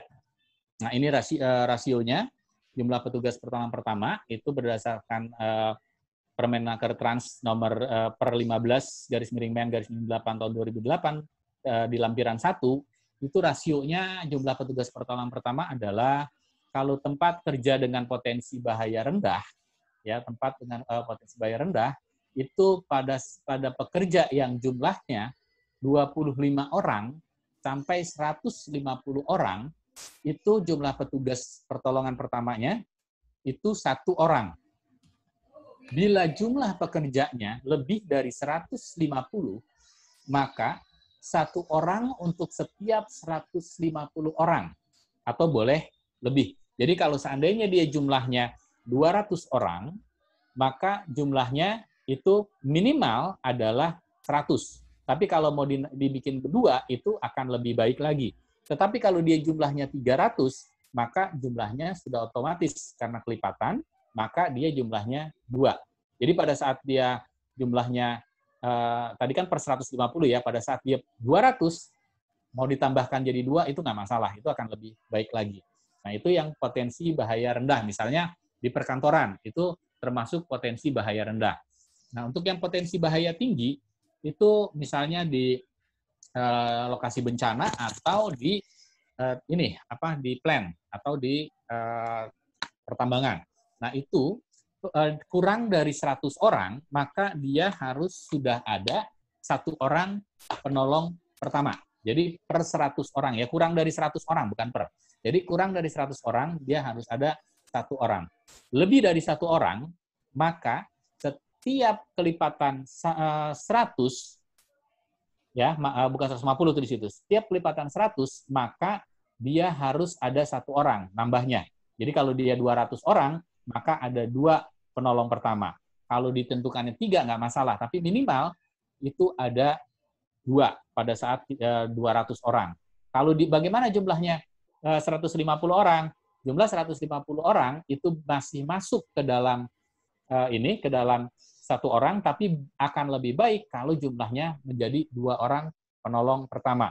Idealnya begini, pengalaman saya di lapangan, kalau 1 orang petugas P3K, itu dia akan keteteran. Pertolongan pertamanya tidak maksimal. Kenapa? Bayangkan kalau dia menghadapi kasus henti nafas di jantung, melakukan resusitasi, dia harus bergantian. Ya, itu satu. Yang kedua, pada saat menangani kondisi multiple injuries, maka kalau untuk 1 orang itu agak sulit. Nah, jadi lebih baik itu dalam kalau dibilang 1 orang itu lebih baik 2 orang. Misalnya untuk 25 sampai 150 di rendah, itu di situnya memang boleh 1, tapi sebaiknya 2. Untuk yang tinggi begitu juga, yang kurang 100 orang di situ tertulis 1, maka lebih baik 2. Malah kalau seandainya di tempat bencana itu di setiap tim, misalnya tim distribusi, itu harus ada 1 orang penolong pertama. Nah, ini adalah rasio jumlah petugas pertolongan pertama di tempat kerja. Nah, di slide berikutnya itu kita bicara tentang bagaimana sebarannya penolong pertama ini, gitu ya, penolong pertama ini. Nah, jumlah pertolongan pertama ini harus tersebar di seluruh area kerja dengan berpedoman pada jumlah pekerja yang ada pada satu lokasi kerja. Misalnya, dia dalam satu area, 1 lantai, itu jumlah petugas pertolongan pertamanya, jumlah pekerjanya untuk yang rendah, misalnya terdapat 100 orang, ya, terdapat 100 orang, maka dia harus ada 1. Begitu 1 lantai isinya itu ada 300 orang, maka itu harus sudah terdistribusikan. Ya, terdistribusikan dengan sesuai rasio tadi, dan posisinya itu juga jangan sampai posisi penolong pertama itu bekerjanya yang kebetulan berhadap-hadapan, tapi dia juga harus disebar, petugas P3K itu harus tersebar. Jadi petugas P3K yang ada di lingkungan lain itu yang harus dijadikan petugas pertolongan pertama. Kedua, dalam kondisi selanjutnya, bila di tempat kerja terdapat shift, maka setiap shift itu pun harus terdapat petugas pertolongan pertama dengan tetap merujuk pada rasio tadi. Jadi kalau shift paginya itu jumlah jumlah karyawannya itu 50 orang, maka tetap mengikuti dia harus ada 1. Ya, jadi bukan total jumlah karyawannya, tetapi kalau dia punya shift, maka yang di shift tersebut itu jumlah karyawannya itu berapa, maka itu ditentukanlah jumlah penolong pertamanya. Ya, ini berdasarkan Permenaker Trans tadi itu. Ya, jadi ada yang terkait dengan jumlah pekerja dalam satu area dan juga berdasarkan shift, gitu ya teman-teman. Nah, yang di slide selanjutnya sesuai dengan pertanyaan tadi, itu kalau di tempat kerja terdapat dari berbagai perusahaan itu bagaimana, gitu ya? Ini contohnya tadi ya di dalam gedung kita itu, terus kemudian juga di konstruksi yang terdiri dari beberapa perusahaan pada saat kita di bidang konstruksi, gitu ya. Itu kan terdapat beberapa perusahaan, misalnya untuk yang airnya, yang untuk lainnya lah gitu. Itu kan berbeda-beda perusahaannya. Nah, maka perusahaan-perusahaan yang ada ini buat perjanjian, ya, membuat perjanjian di mana salah satu dari mereka dapat menggunakan fasilitas pertolongan pertama, atau tergantung perjanjiannya, atau perusahaan itu menyediakan, kan fasilitas pertolongan pertama termasuk petugas, bukan hanya alat, gitu ya. Jadi bisa share di sini, ya, dengan tadi itu dengan pihak perkantoran yang ada di tetangga, misalkan kita 1/4, misalnya 3/4 atau 1/4 lainnya itu adalah perusahaan-perusahaan lain, maka itu bisa share di keempat perusahaan tersebut, misalnya begitu. Nah, perjanjian ini supaya kita bisa melakukan tindakan dengan baik dan bisa lapang dada istilahnya, maka perjanjian ini harus tertulis dan salinannya dipegang oleh pihak masing-masing. Jangan hanya sekedar gentleman agreement lah gitu misalnya. Ya, kita sepakat gitu ya. Karena untuk gentleman belum tentu juga bisa kita dapatkan dengan mudah gitu ya. Maka dia harus tertulis, teman-teman, ya. Nah, terus kemudian setelah fasilitas kita bicara tentang petugas, maka di slide selanjutnya kita bicara tentang bicara tentang kotak atau tas pertolongan pertama.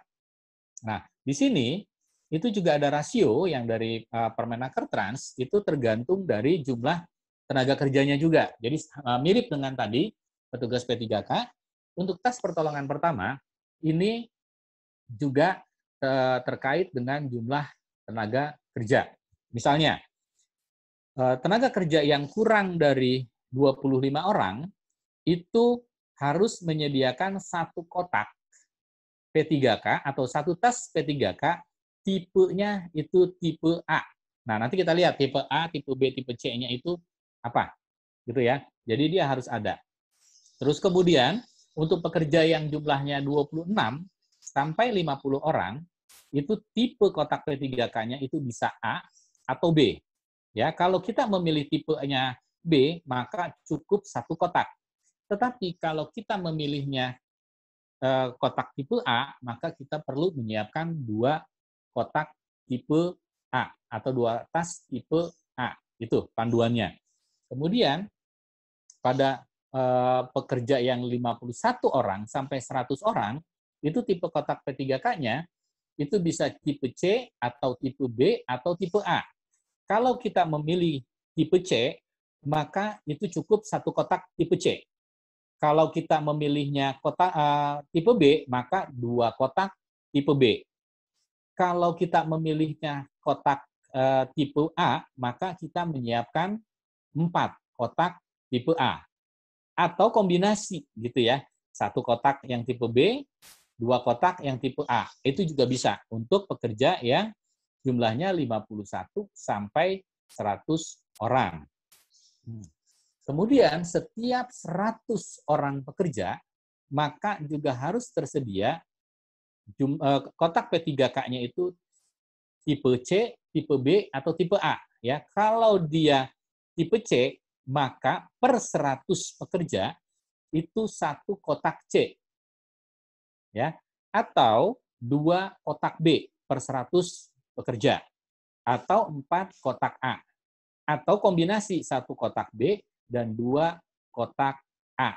Ini yang kotak tas atau tas pertolongan pertama. Yang perlu diingat, kotak atau tas pertolongan pertama yang kita pilih, ya kan ada yang bisa bentuknya box atau bentuknya tas.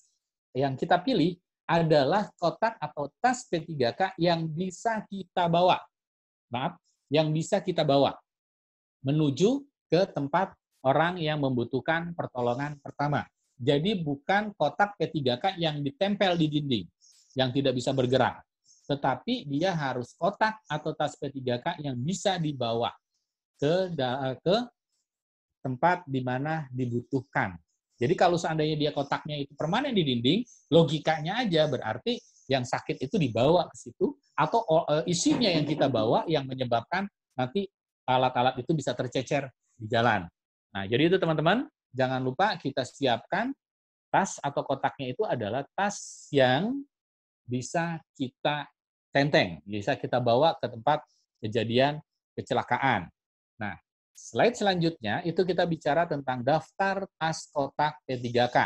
Di situ ada dijelaskan tipe A itu seperti apa, tipe B seperti apa, dan tipe C seperti apa. Contohnya nih teman-teman, pada saat kita bicara tentang kasa steril, untuk tipe A itu dia jumlahnya 20. Jumlahnya 20. Atau kalau kita lihat di pasaran, itu ada 2 kotak kasa steril, karena satu kotak kasa steril isinya 10. Terus kemudian, tipe B itu kasa sterilnya jumlahnya 40. Ya, untuk tipe B. Jadi tipe A tadi 20, maka tipe B-nya itu 40. Untuk tipe C itu jumlahnya juga 40. Gitu ya. Nah, contoh lainnya adalah yang berbeda gitu ya. Contoh lainnya yang saya ambil contoh misalnya di situ adalah kain segitiga atau mitela ya. Nah, itu kain segitiga atau mitela itu di tipe A jumlahnya itu adalah 2. Untuk tipe B jumlahnya 3. Untuk tipe C jumlahnya 4. Nah, ini. Jadi yang membedakan ya tadi teman-teman, kotak tipe A itu yang kayak apa? Kotak B itu seperti apa, yang C seperti itu apa? Nah, itu adalah berdasarkan pada jumlahnya. pada bersumber pada jumlah dari alat-alat yang kita perlu persiapkan. Kemudian kalau kita lihat dari isinya teman-teman, maka yang namanya kotak P3K itu tidak ada obat-obatan. Ya, kita lihat di situ. Tidak ada satupun yang bentuknya obat-obatan. Walaupun itu yang paling sederhana seperti paracetamol gitu misalnya. Itu tidak ada. Ya, tidak ada. Karena kita memang tidak boleh memberikan obat kepada penderita. Satu, kita bukan dokter. Sehingga kita tidak tahu kondisi si penderita. Bisa penderita yang kita berikan itu ternyata alergi, mempunyai reaksi yang sangat membahayakan terhadap salah satu obat yang kita berikan, atau suatu komponen obat yang kita berikan, itu sangat membahayakan. Ingat, tujuan kita bukan mengobati, bukan menyembuhkan, tetapi membantu proses penyembuhan. Nah, itu terkait dengan tas atau kotak P3K. Nah, sekarang di slide selanjutnya kita bicara tentang tasnya. Selain tadi sudah saya sampaikan, kotaknya ini bisa kita bawa, harus tas yang mudah kita bawa, ya. Nah, tas pertolongan pertama atau kotak pertolongan pertama ini harus diberi lambang pertolongan pertama dan ditempatkan pada tempat yang mudah, ya, tempat yang mudah dijangkau, tempat mudah dilihat, kemudian diberi tanda, kemudian pencahayaannya cukup. Dan itu tadi mudah untuk dibawa. Nah, kotak atau tas pertolongan pertama ini yang sering salah nih teman-teman di lapangan, ya. Berdasarkan peraturan menteri, tas atau kotak pertolongan pertama itu warnanya putih. Sedangkan sekarang itu banyak di perkantoran, mungkin karena ketersediaan pasar dan juga kebiasaan kita melihat, itu menggunakan tasnya itu warnanya merah. Padahal kalau seandainya nanti ada penelitian dari pengkajian dari Kemenaker Trans, misalnya pada saat situasi-situasi tertentu di assessment, maka ini tidak memenuhi syarat karena dia harus berwarna putih. Ya, karena itu sudah standar. Kita harus mengikuti standar karena pada saat darurat kita harus terlatih melihat hal-hal yang standar. Ya, di dalam OSA itu sendiri kan kita sudah dibahas bahwa yang dasarnya, tanda yang dasarnya hijau itu artinya apa, yang biru apa, yang merah apa. Nah, sehingga kita sudah terbiasa untuk cari tas pertolongan pertama, maka tas itu harus warnanya putih dengan lambang P3K berwarna hijau. Nah, lambang P3K itu seperti apa nanti kita lihat di slide selanjutnya. Jadi teman-teman jangan lupa, jangan salah pilih P3K. Tas P3K, jangan pakai warna-warna lain. Kita harus menggunakan warna yang sudah universal, sehingga pada saat darurat kita tahu bahwa itu adalah tas P3K. Itu, teman-teman. Ya. Nah, di slide selanjutnya, itu kita lihat lambang pertolongan pertamanya itu seperti apa. Nah, kita lihat. Oh, masih ini ya, masih ruang ya. Oke. Saya ini tadi sedikit skip. Ya. Nah, kita sekarang bicara tentang ruang pertolongan pertama. Tadi, menjawab pertanyaan tadi. Kita harus punya ruang pertolongan pertama. Ternyata di aturan ini, ruang pertolongan pertama itu hanya dibutuhkan pada pekerja yang jumlahnya 100 orang pekerja. Ya, jadi pada saat jumlah pekerjanya 100, maka ada satu ruangan yang dijadikan ruang pertolongan pertama. Ini berbeda dengan klinik. Dia hanya ruang pertolongan pertama yang isinya tindakan-tindakan pertama aja, untuk tempat untuk menenangkan penderita dan mendapatkan tindakan pertolongan pertama lanjutan. Untuk selanjutnya, kalau kondisi tidak memungkinkan, mungkin dibawa ke klinik, baru ke rumah sakit sesuai dengan aturan rujukan. Ya, bagi perusahaan dengan pekerja kurang dari 100, namun memiliki potensi bahaya tinggi, seperti tadi itu di pertambangan, maka dia punya ruang pertolongan pertama. Tetapi kalau yang ancaman potensi bahayanya rendah, seperti di perkantoran, kurang dari 100, maka tidak perlu kita memiliki ruang pertolongan pertama. Cukup tenaga pertolongan pertamanya saja, ya, dan kotak P3K yang disediakan. Ini ya terkait dengan ruang pertolongan pertama.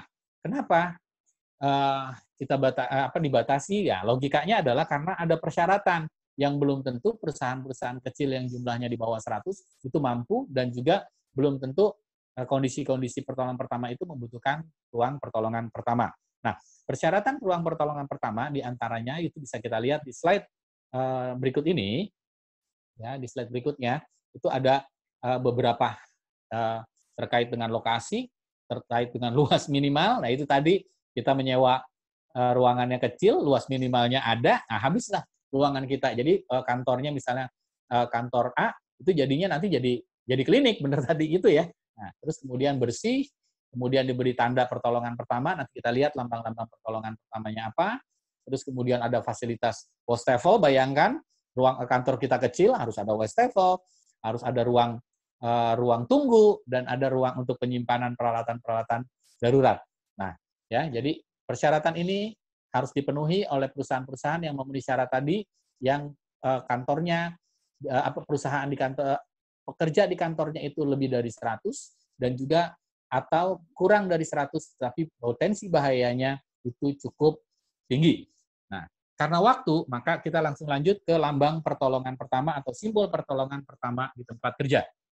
Ada 2 peraturan yang mengatur nih, yang universal, internasional, itu berdasarkan ISO 7010 tahun 2019, poinnya E003, itu adalah palang putih sama sisi pada tiap sisinya. Jadi palangnya itu palang putih ya, warnanya putih dengan tiap sisi juga putih, di atas dasar warna hijau.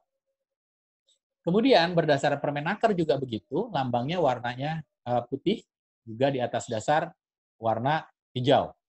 Ya, yang banyak salah itu teman-teman juga di lambangnya itu justru palangnya yang hijau. Kenapa beda? Kenapa palangnya bukan hijau? Ini juga secara logika dan kebiasaan kita di saat darurat, palang hijau itu sudah digunakan oleh siapa? Palang hijau sudah digunakan oleh K3 secara umum. Sehingga harus membedakan karena tenaga K3 itu kan tidak semuanya tenaga pertolongan pertama. Nah, untuk membedakan itulah maka logika ini masuk.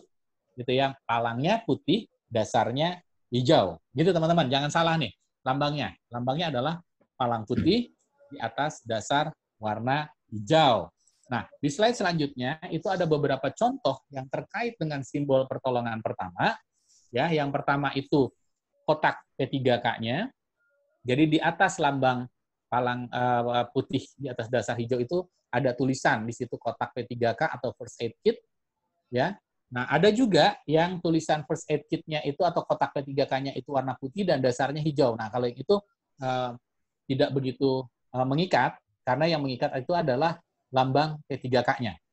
Terus kemudian untuk posisi ada tandu berdasarkan ISO juga tadi, itu ada lambang palang putih, terus kemudian juga lambang tandu di atas dasar hijau. Nah, kemudian untuk mempermudah kita menghubungi tenaga P3K yang ada di kantor kita, maka slide sebelah paling kanan dari kita melihat, itu ada namanya dan juga ada nomor teleponnya, sehingga kita bisa menghubungi dia di saat waktu kerja dengan mudah. Ada juga beberapa perusahaan itu menampilkan foto dari first aider-nya itu, dari penolong pertama. Jadi ada satu kolom lagi, nama, terus kemudian fotonya, kemudian nomor teleponnya. Itu lebih baik lagi, sehingga kita mudah melihat wajah orang tersebut. Terus kemudian juga dicantumkan di situ di mana lokasinya. Ya. Terus kemudian pada saat teman-teman bekerja di luar negeri nanti mungkin ada juga di negara-negara Arab itu nanti lambangnya bulan sabit putih di dasar hijau walaupun itu tidak diatur di dalam ISO. Ya. Ada juga nanti pada saat kita mengidentifikasi petugas pertolongan pertama itu ada logo palang putih di atas dasar hijau terus ada tulisan first aid atau ada tulisan first aider. Bahasa Indonesianya mungkin penolong pertama atau petugas P3K. Kemudian yang lain yang untuk ruang pertolongan pertama itu juga ada logo palang putih di atas dasar hijau dan tulisan first aid room atau ruang pertolongan pertama. Yang perlu diingat teman-teman, ruang pertolongan pertama itu bukan klinik, walaupun itu bisa digabung. Ya, walaupun bisa digabung, tapi dia berbeda. Kalau klinik itu peralatannya itu untuk teman-teman dari hygiene perusahaan yang perawat atau dokter. Nah, slide selanjutnya itu adalah pendokumentasian atau administrasi teman-teman. Nah, untuk menjamin pelayanan kita harus punya dokumentasi, harus punya administrasi untuk kesiapsiagaan, untuk pengadaan, untuk perawatan, pengisian ulang, dan review. Ya, kalau untuk petugas pertolongan pertamanya kan punya buku kegiatan pertolongan pertama yang dikeluarkan oleh instansi yang bertanggung jawab di bidang ketenaga kerjaan. Nah, itu teman-teman, di slide berikutnya itu adalah contoh-contoh dari dokumentasi yang perlu kita miliki. Itu teman-teman, pertemuan kita, ya, sharing dari saya. Silakan Bang Taufik untuk dipimpin tanya jawabnya. Silakan Bang Taufik. Oke, baik. Terima kasih Pak Ujang. Ya, tadi cukup padat juga materinya. Teman-teman, masih ada waktu untuk 3 orang penanya lagi. Silakan. Silakan bagi teman-teman yang ingin bertanya terkait dengan materi tadi, bisa langsung diaktifkan audionya. Teman-teman, sebagai informasi untuk pekan depan, insya Allah disaster management system kita akan mengambil tema keselamatan di saat respon bencana, ya. Akan mengambil tema keselamatan di saat respon bencana. Ya, kabar baiknya adalah buat teman-teman yang sudah ikut pelatihan pada hari ini dan mendaftar untuk pelatihan pekan depan akan mendapatkan potongan harga sebesar 20%. Jadi teman-teman bisa langsung menghubungi adminnya, ya. Bisa langsung menghubungi adminnya untuk mendaftar pada pekan depan yang temanya adalah keselamatan di saat respon bencana. Seperti itu teman-teman. Ya, silakan teman-teman, masih ada kesempatan bagi 3 orang penanya. Baik, kalau tidak ada yang bertanya mungkin bisa langsung closing statement aja mungkin, Kang Ujang, Pak Ujang. Ya, baik, terima kasih teman-teman. P3K di tempat kerja ini sangat penting sekali, ya, sebagai kita yang nantinya walaupun bukan sebagai tenaga P3K atau bukan sebagai petugas P3K, tetapi sebagai orang yang mengurusi K3 atau yang mengurusi P3K itu harus sebaiknya memang memenuhi, karena memang kecelakaan itu bisa terjadi di manapun walaupun kita tidak menduganya. Bayangkan teman-teman, saya pernah punya pengalaman ada satu lembaga kemanusiaan yang bergerak di bidang kesehatan, organisasi besar, terus kemudian ada pekerjanya yang mengalami serangan jantung, tetapi karena petugas P3K-nya tidak ditentukan, maka fatal akibatnya. Oleh karena itu teman-teman, kita menyiapkan tenaga P3K itu adalah supaya kita bisa menyelamatkan orang, bisa mereduksi supaya kecelakaan itu tidak terjadi, dan juga kita bisa bekerja dengan tenang. Karena saat tempat kita bekerja itu aman, maka kita pun bekerja dengan tenang. Terima kasih teman-teman. So that others may life. Wassalamualaikum warahmatullahi wabarakatuh. Sampai jumpa lagi di materi selanjutnya. Terima kasih Bang Taufik dan teman-teman. Sampai jumpa lagi. Waalaikumsalam warahmatullahi wabarakatuh. Terima kasih Kang Ujang. Baik teman-teman. Ya, mudah-mudahan materi kita pada siang hari ini bermanfaat buat teman-teman semua, mempersiapkan teman-teman menjadi seorang tenaga P3K yang handal, insya Allah. Teman-teman, sebelum saya tutup sesi materi kita hari ini, mungkin kita bisa berfoto bersama. Jadi teman-teman bisa menampilkan dulu videonya. Ada Bapak Lesmana, Pak Indra Gunawan, Pak Windy, Subayang. Ya, mungkin bisa ditampilkan videonya teman-teman, karena kita akan ambil fotonya bersama-sama. Dan buat teman-teman juga mungkin bisa menuliskan testimoni terkait dengan pelatihan pada hari ini ya teman-teman ya. Jadi minta tolong testimoninya di kolom komentar agar nanti bisa kita tampilkan dan semakin banyak orang-orang yang ikut dalam kegiatan pelatihan ini, seperti itu. Ya, jadi minta tolong untuk teman-teman semua memberikan testimoni di kolom komentar untuk kita sama-sama menginformasikan kepada teman-teman yang lain yang belum ikut pada acara pelatihan ini. Baik, sudah ditampilkan semua teman-teman. Kita akan coba ambil fotonya. Mas Eri, sudah siap? Halo? Siap. Oke. Yuk teman-teman, saya hitung sampai 3. Yuk kita kepalkan tangan. Tanda bahwa kita telah siaga. Siap. Saya hitung sampai 3 ya. Saya hitung sampai 3. Nanti Mas Heri akan mengambil gambar kita. 1, 2, 3. Siap. Mas Umar Aslan. Sudah Mas Heri? Sudah. Baik. Sudah. Terima Oke, kasih baik. Mas Heri, kalau sudah saya bisa ada numpang narsis. Terima kasih teman-teman ya, saya nggak bisa bahas. Terima kasih teman-teman. Ya, yang belum memberikan testimoni, saya minta tolong untuk berikan testimoninya di kolom komentar untuk kita juga tampilkan di sosial media kita agar semakin banyak orang bisa mengikuti pelatihan ini, Pak Ujang ya. Iya. Dan informasi untuk teman-teman yang sudah mengikuti sesi latihan hari ini dan mendaftar untuk pelatihan pada pekan depan, insya Allah akan mendapatkan potongan harga sebesar 20%. Ya, jadi temanya untuk pekan depan yaitu keselamatan di saat respon bencana. Masih dengan master trainer kita, Bapak Ujang Lesmana. Baik, terima kasih teman-teman yang sudah. Gimana, Pak Ujang? Kita juga terbuka terhadap usulan dari teman-teman. Itu kira-kira ke depan, itu materinya apa saja Bang Taufik? Silakan ditulis di situ. Materi apa saja nanti kita persiapkan. Sesuai dengan kebutuhan ya Pak Ujang ya, sesuai dengan kebutuhan di tempat kerja teman-teman. Iya, jadi mungkin sudah disampaikan oleh Pak Ujang tadi ya, kita terbuka kira-kira materi apa nih yang akan dibahas pada pekan selanjutnya, seperti itu ya. Sesuai dengan kebutuhan di tempat kerja teman-teman masing-masing. Ya, bisa di kolom komentar ya teman-teman ya, diisi materi yang mungkin teman-teman butuhkan di tempat kerja teman-teman.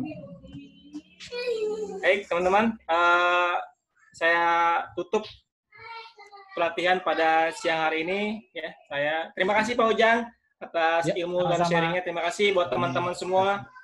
Terima kasih ya sudah mengikuti pelatihan ini. Mudah-mudahan pekan depan kita bisa bertemu lagi di tema dan kesempatan berikutnya. Baik, saya tutup teman-teman. Assalamualaikum warahmatullahi wabarakatuh. Waalaikumsalam. Ya, yang belum memberikan testimoni boleh ya kasih testimoninya ya, dan jangan lupa di follow sosial media kita di @tmi_official. Terima kasih teman-teman. Ojang pamit Pak Ojang ya. Ya, saya juga pamit ya. Eno, baik-baik di Kalimantan Selatan. Kalimantan Selatan agak tinggi loh. Iya, terima kasih. Bunok ya. Kita nanti latihan bareng lagi. Terima kasih. Iya. Halo. Salam. Sudah.